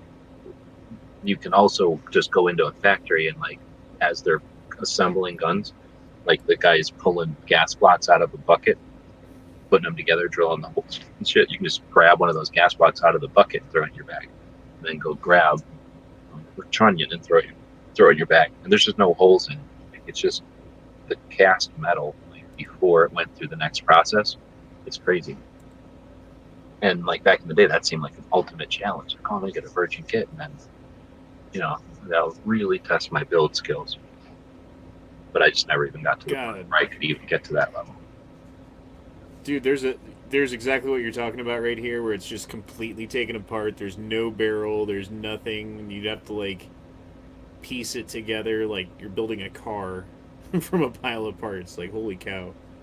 There's not that many parts. If you build it yourself, right? That's considered an American receiver, right? So that you don't got to worry about that 922R or whatever. Even the ones you buy are American receivers, so definitely that's the advantage of building from a parts kit, because you have to have what, I don't even remember anymore. 4 parts, 3 parts, shit, 5 parts, 5 parts including the trigger. So it was a receiver, 3 trigger parts, and you could put a base plate on your mag and have everything else 100% legit minus the full auto parts. But a lot of times, nowadays you have a barrel. So now your receiver, your barrel, your trigger, you're done. Everything else can be foreign. 9? No. Well, no, there's only 5 parts because the magazine counted as 3. Well, that's what I was saying. It's only 9 if you count the parts that don't really, they have multiple parts. And they count things like muzzle, and not muzzle, but a chamber, things like that. So now we hear you, Patriot. Oh, you can hear me? All this racket I'm making? Sorry. Yeah. But no, now you're in here loud and clear. All right. And I'm your on my desktop. And your logo. Oh, okay. Because I'll say, and your logo's all legit. You like that? Well, That's before it was. Yeah, before it was generic. just. We call it just the. The default. Yeah, I was on mobile, so. Yeah, like look at this thing, dude. I would be so nervous buying this to be like, okay, I'm gonna take that pile of parts right there and turn it into something that I can shoot. I mean, obviously you would need a barrel and you would still need a receiver, but yeah, that plus a barrel and a receiver. Well, and some tools. So you can go to like a Fuller or one of the other people that do classes, and you would buy that kit and you would buy the other parts you need, and then you would go to the class, and then as you get learned how to do it, you'd put it together. And then that would be, like probably a medium to shitty build because you're doing it for your first time, but you'd see all the pieces, and you'd be in a classroom environment where maybe 10 other people would be having their own issues or their own successes, and you get to see all of that. And then your next build would be way better, and your third build would be probably really good. So most of that is trigger, and that's an underfolder. So there's an underfolder shoulder stock, right? But then below it is the trunnion. That's pretty obvious. All that other stuff below it is just the springs for the underfolder trunnion. The stuff that's above the trigger and the trigger guard is the trigger part. So that's just a bunch of shit. Springs and the pins are just pins and springs. All the rest of it is obvious. It's just the hand guards and the gas block and the sight, muzzle nut. So there's not too doing 35 parts or something. 65. Yeah, I mean, it looks more intimidating than it probably is in Yeah, reality. I mean, once you start thinking about how you take that thing apart for cleaning, the dust cover, the spring, and the rod are all right there. The bolt, like all those parts come out for cleaning. So yeah, once you put a little metal taco around the trunnions and scoop all them trigger parts and dump them in there, you're done. How much do those classes cost? Like if I wanted to take the a thing class that and build really an scares AK. me is the heat treat, because that seems to be something that so many people mess up on their own, build, and then their rivets oval. So that's the thing that would scare me the most, is the heat treat. Well, that's why you just buy a receiver with a serial number, because if you try to build your own, you're right. It'll either, one, you won't heat treat it and it'll be true and it'll build well. It'll go all together nice, but like you say, as you shoot it, it'll be too soft and the trick and the trunnions will all start to oval and it'll just kind of get sloppy and eventually blow up because it'll shoot out of battery. But you can just buy a receiver that's already done, and they build them, fold them. I've seen them build them. So they literally punch them out of sheets metal, fold them, rivet them, put the rails in, put them in a fixture, wire the shit out of them, put them in racks of like 12 by 6 high, wheel those things into giant ovens in Phoenix. Well, the ones I saw went into Phoenix, and then I forget the actual process, but it's something like heat them up, cool them down, heat them up, and let them cool down over 3 days or something. And because they're all wired up in these fixtures, like none of that works. But if you try to do any of that stuff yourself, you'd come out with like a thing looks like a Frito or something. You know, it's all curly and twists around. Like during the heat sheet process, it gets all crazy. So in Phoenix, you basically just leave them outside for 3 days, and it Oh no, heats the up really place, hot and then cool. I'm just the kidding. place I knew that was just sending it because they needed to do it in state. I guess they just happened to send them to Phoenix. It would have some sort of like kiln or some shit. I was just saying it's as hot as an oven in Arizona most of the time anyway. So Yeah, just leave them outside.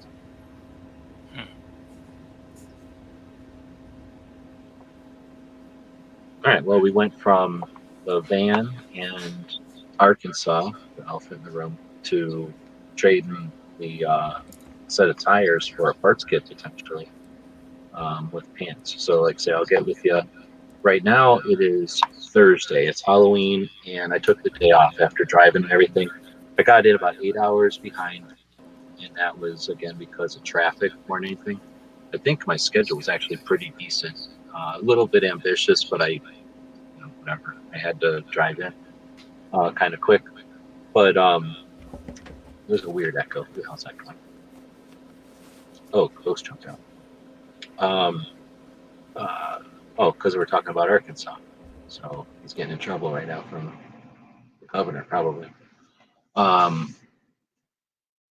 the ex-governor. Ex-governor. Oh, I don't think he gets in trouble from that guy. I hope. If you get in trouble from that guy, it's once. Yeah. Straight in your house. No one hears from me again, so hopefully not. But anyhow, so coming across, I figured I'd take a day off, and I did. It wasn't really a day off because I ended up, like I say, having a little bit of an adventure. I had a really good time, actually. You know, I don't know if you guys ever take your stuff in to get work on and then stand there and watch them work on it. But I'm that guy. Like whenever they change oil, I'm standing there watching them change oil. And if they're doing, I don't really take my stuff in too much, but if it's possible, I'm going to stand there watching it because I got nothing else to do. I'm certainly not going to go watch TV or read a magazine in their waiting room. I want to watch how the mechanics, what they're doing, like how much difficult it is, if they're doing stuff crazy or if it's just, unscrewing just fine. I want to know how my vehicle is. So for the whole first time, I was there for like 3 hours or something doing all this stuff. The whole first time I was just having a blast because it was really the employees were enjoying their jobs and they were good at it. And the person that was like, what do you call, like organizing or orchestrating the whole thing was like doing a very good job of like what do you call it, like being a manager, what we call an office manager or something, or business, I don't know what to call it, but shop manager, I guess. And anyway, it was a real blast, and people were coming and going, and nobody was really getting upset about waiting or anything.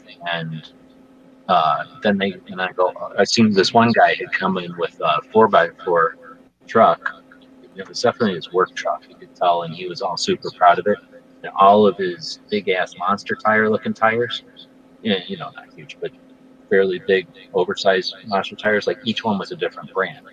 And he was getting new rims and like all the same brand. He was fucking grinning ear to ear, dude. And his friend was with him, and they were just, how it is when you're younger and you're getting new tires on your truck. Like he was just having the best time. And then they wheel his truck in and do an alignment on it.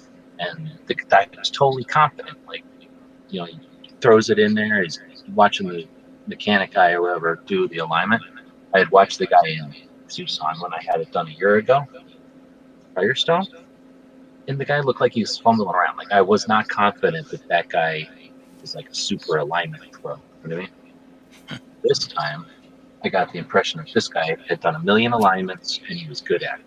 So I went in again and I was like, "Hey, you do alignments back there? How much is that?" And in Tucson, I think it was $212. In Maryland, it was $95. Wow. So I figured that was.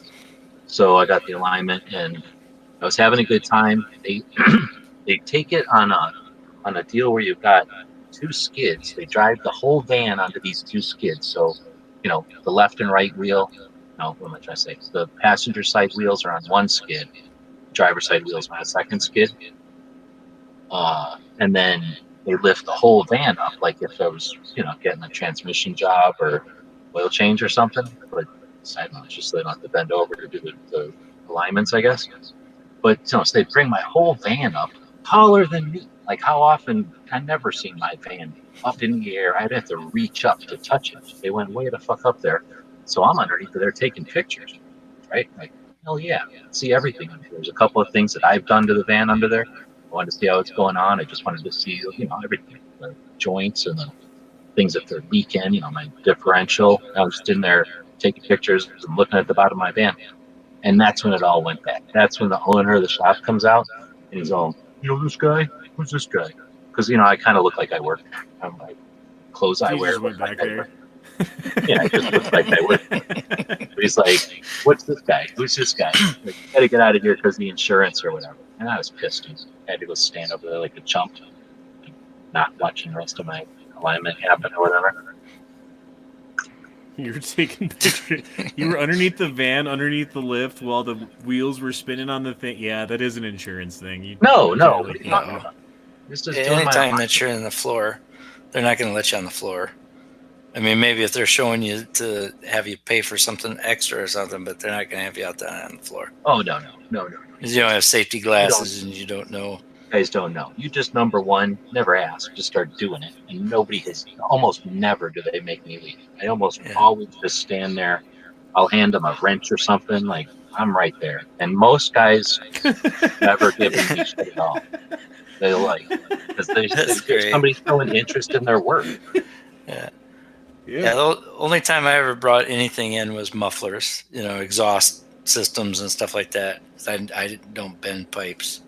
And that's the only thing I ever brought in. That might not be something like you give that much of a shit. Either plumb my muffler right or don't, but it's not like integral to your vehicle that much.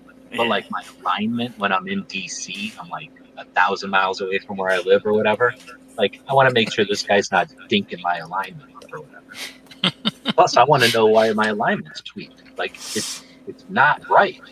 Like I want somebody to be like, here's why it wasn't right, and I made it. That's what I want to hear.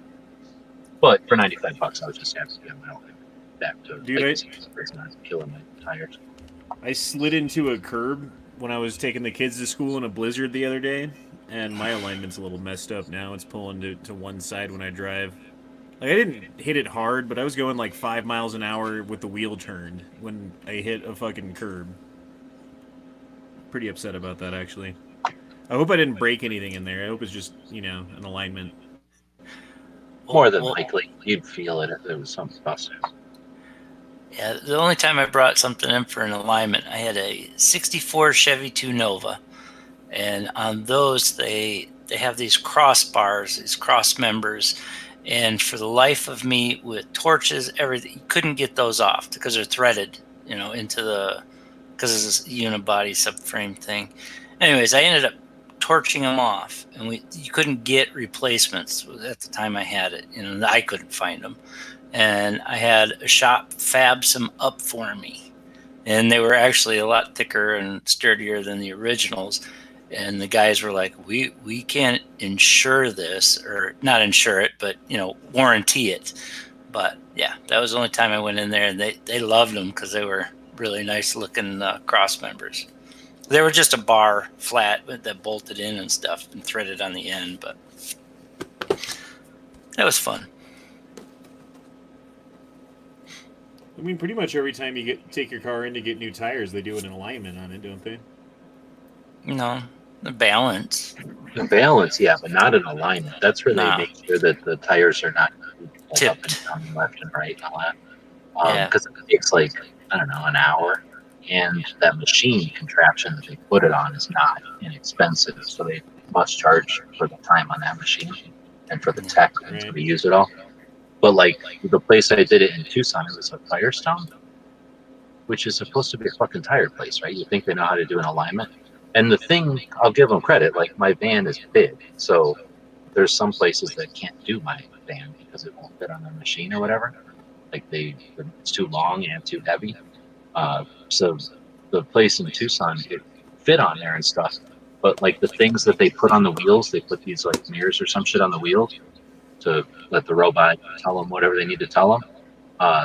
Like the one in Tucson, it was like all like fucking around and like did it wrong. I don't even think he had it on there right. And you could tell that he didn't even have any confidence. This place, it was like this big robot spider, and it like grabs the wheel, and then like he goes twist, and it was like like there was no hesitation. There was no like, oh, is it crooked or whatever? Like it had these big springy robot spider legs that like grab the wheel, the tire, the rubber part. The other one was like trying to use screws to like wedge it onto the rim and shit. It just seemed like maybe a 10-year-old tech compared to this one. Like older tech. Yeah, it's the same alignment in Firestone, that's why. Yeah, that's why. Yeah, they probably got a lot of trucking going through Maryland area so they're used to that. Well, and the roads up here are shit. Up north, your roads are horrible. Back in the south, our roads don't get snow or nothing, so our roads are glass, but that's what you people deal with. It amazes me how tiny those fucking states are. You know, you drive through like 3 of them in an afternoon. Sorry, they're tiny. My county is bigger than Connecticut. Right. You were talking about the roads in Arkansas going across. That video I did on 9/11 where I came from Shreveport, drove up through to Arkansas. There's I don't even know it was a 2-lane road, and Red River Raceway, one of the drag strips is on there, but it goes up to Hope, Arkansas. And I don't know if I assumed it was like a logging, paved road, because there was just like the whoop-de-doos, and then there would be all of a sudden trenches just driving you right into the ditch, and it was in the blacktop. But it had to be one of the worst roads, because I had a rental car. I had a little one of them Mustangs or whatever, and I drove through there, and the tires, and you get stuck in these ruts from these. I was assuming they were from semis, but it's probably just because it's so hot down there, it just melts the roads. But it was the worst road I'd ever been on that didn't have potholes in it. It was perfectly, if you just looked at it, it looked nice, but there was craziness going on. I think it just got too hot for the blacktop. That can definitely happen, and there had to be some amount of like learning, and then as materials are refined or something. Because I guess I hear what you're saying. Like it was just like you go off, to a small enough road, and you get into all kinds of variations of not good roads in Arizona. Yeah, and this one it was a nice drive because you go through, everything's flat down there or whatever, but that Texarkana, it was pretty interesting.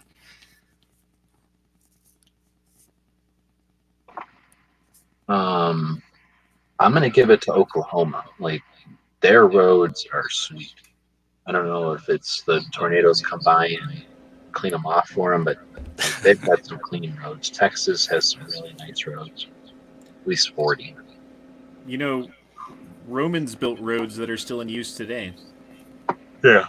I don't know if you've ever had a chance in 2001, I was coming home from 9/11 and back to Tucson from 9/11, and going down 40, they were at the time in Arkansas stripping the blacktop part off. Have you ever seen the core of a road, of an interstate? Like the insides of the gravel stuff? No. The bedrock stuff? Yeah, well, for at least in Arkansas there, they had dug down like really deep, like waist deep, like really far, I thought really deep for a road. And then there is gravel down there, like a bed of gravel, but then sitting on it is like the nougat of the road is this big core of concrete, like a giant concrete core that's just sitting there. And then they basically wrap it in blacktop and then put a nice smooth layer of blacktop on top. And they were ripping all that blacktop away and exposing this like big concrete core. And I was like, oh shit, no wonder the roads never like buckle or fall off into space. Like these things are giant concrete, like constant. That's actually kind of how the Romans did it on their cobblestone roads. They're actually 4 feet deep. The Roman roads, they're actually, it's not just like a surface layer. They actually dug down 4 feet and Yep. they multiple Below the frost or for some shit, drainage. probably. Yeah, frost is 18 inches up here, where you have to, if you're going to build something that wants a nice foundation that's not going to That's probably what twist it and is. stuff. I'll Yeah. bet you it's like the concrete goes down below the frost and then up into the road, and then they kind of like package it in asphalt because that's easier to deal with than that big piece of concrete. Because honestly, there's some concrete roads that are nice, like in the south, but a bad concrete road is cool. We have some nice ones because they replace them every year up here. The freeway that goes kind of close to my house, it's the section's been replaced, I don't know, 4 or 5 times in the last 8 years. I think Every that time this is like their Every time they do the roads here, they'll have like one little tiny imperfection, and then the weather will come in and freeze and thaw and freeze and thaw and freeze and thaw, and then 3 weeks later it's like a pothole, and then a little bit later it's like the Grand Canyon. You know, like you can't even drive there anymore.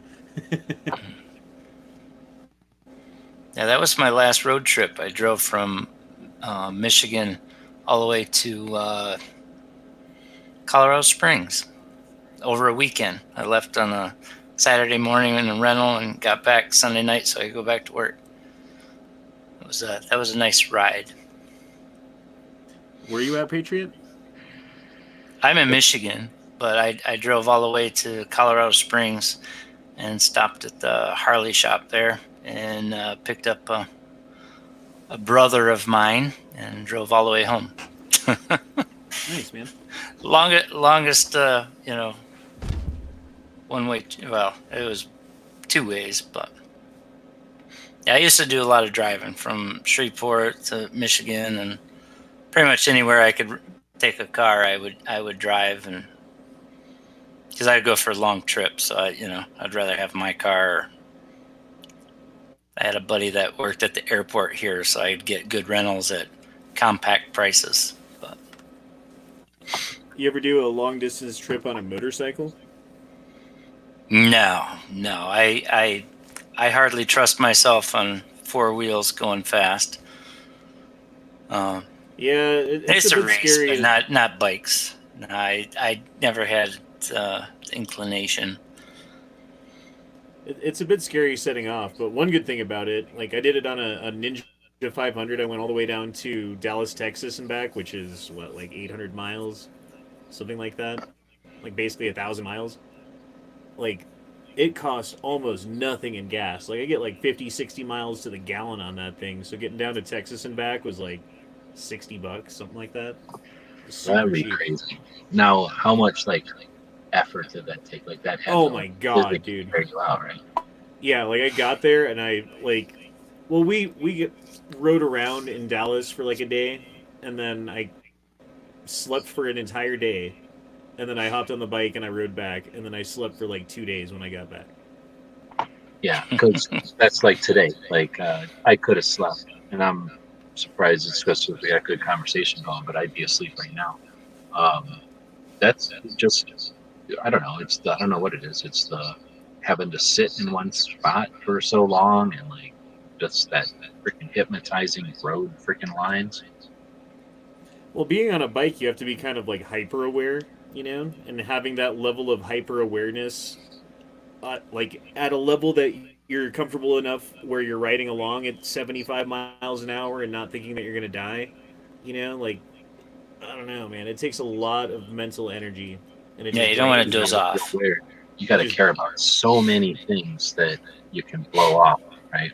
4 wheels. Well, if no one's around you and the road's straight and the road's fine, you can kind of relax a little bit, you know, and like after a while you tend to do that. But if there's cars around you and people are like changing lanes and doing erratic things, like yeah, like you have to be like super aware of what's going on and super hyper like the best ready to way to react. ride a motorcycle is in a group of motorcycles. I mean, people will do all sorts of bad stuff to a single guy on a motorcycle, like ride on your tail and cut you off and brake check you and all sorts of stuff. But they won't do that to you when there's 10 of you. And so honestly, the best way to ride a motorcycle is in a group. But that's why you see so many guys riding groups of motorcycles. It's a real thing. I That, agree that with goes if for it's the right vans group. too. If it's the right group of dudes on bikes, but I've been with groups of people where I felt like really unsafe because of the shit they were doing around me, you know. So Oh I yeah, guess there are definitely goofballs on motorcycles. You know, there's a When you get a reason big why we enough- call them organ donors. You know, there's you get a big enough group of them together, there's going to be a few of those in the group, you know. And well, I don't know. just because- Actually, when it's a big enough group, they're really good about policing themselves. They're like, hey, we don't need this drama and this attention. We don't need to get pulled over. Knock off your crap. You know, like they'll police themselves usually. You know, but it's like when you just have like 4 or 5 or 6 guys, like a kind of a small group. That's when you'll get like the weirdos doing crazy stuff and, you know, pulling wheelies down the road and all sorts of crazy stuff like that in the middle of traffic. I don't know. I went to like a 50 bike meetup in Denver one time, and that's exactly what it was like. But there was 50 different people like trying to one up each other on how fast they could go, or how long they can hold the wheelie, or how scary of a thing they could do, or how angry they can get at the driver for brake checking them or whatever. You know, like yeah. And I was just like, you know what? I am not riding with you guys again. I don't know. I saw someone wreck that night. You know, like get hurt pretty bad. You know, like. I don't know. It's just not cool. All right. Well, I tell you what. As much as this has been a great conversation, I have things I got to do tomorrow, and I got to go to sleep at some point before I can do those things. And the clock ain't helping me because I just realized that it's 2:30 in the morning here.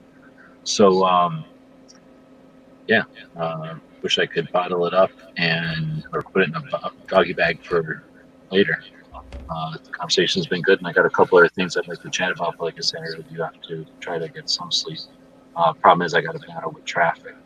So my plan tomorrow is I'll tell these guys off air, and we'll see if maybe they can join if they're around for another live conversation tomorrow. But I am here now, and in D.C. and the rally is on Saturday. There'll be people from Gun Channel showing up. There'll be friends of ours from other events, like Pink is showing up. There's all kinds of things. And then again, everybody who is just a 2A advocate or Second Amendment supporter, firearms enthusiasts are going to be showing up for all kinds of individual reasons. So I'm going to be efforting to try to cover that. And if we've got a bunch of people showing up, maybe we can cover it in a bunch of different ways and preparing for that instead of just dealing with it and live is, I think, worth the effort. So I'll try to have a show. Tomorrow's Friday. Start to do something tomorrow, and we'll see. I'm guessing people didn't have shows today because they might be already efforting to get here. But we probably could have done a better job of figuring out who all's even going to be here, right? So we got to figure that out. And then, like I said, I got a couple things I need to do before the traffic gets to where you can't get anywhere here. And then there's a time during the daytime tomorrow where I'll sort of be stuck waiting for traffic, and I'll talk with these guys off air, so stay tuned. I'll probably run that live on the Gun Websites channel to do a show the full tour update over there. And then, well, like I say, I've got a lot of stuff I'd like to talk about in future shows, including travel. Like I say, I've had a lot of chance to think driving, and while driving, had a lot of time to think about stuff. I've been listening to NPR, and that's given me ideas for topics for shows and stuff. But then I've also just been on a damn road. So I've got all kinds of questions and ideas as far as truckers and rest areas and just concept of doing road trips. I think that's a big part of our country and stuff. And why not bring that to 2A somehow or incorporate it with 2A somehow? So again, we have all kinds of topics we'll be talking about in the future. Thanks everybody for showing up. Does anybody want to plug anything? I'm just got a show on Saturday. I'm just got a show on Sundays. If anybody else has been doing anything. Yeah, Sunday 9 p.m. It's called the Gay Frog Chat after Alex Jones. Yeah. I think a lot of you guys actually watch it over there. But if anyone hasn't checked it out, come to my channel, check it out, like, share, all that stuff. Thanks a lot for the invite, G. Yeah, always welcome. Thanks for showing up. Patriot, anything happening right now? We occasionally have efforts. I've just got my last video was just kind of a PSA thing. So if you haven't checked it out, please go over there, check it out, and hashtag be the difference. And that's what I'll leave it. Patriot in the dark somewhere. Right and then Dead Horse, thanks for jumping in. Got anything to plug or promote? I'll just say, I'll just remind everyone that when you pick up a rifle, you change instantly from a subject to a citizen. Well said. Leave it at that. Thanks.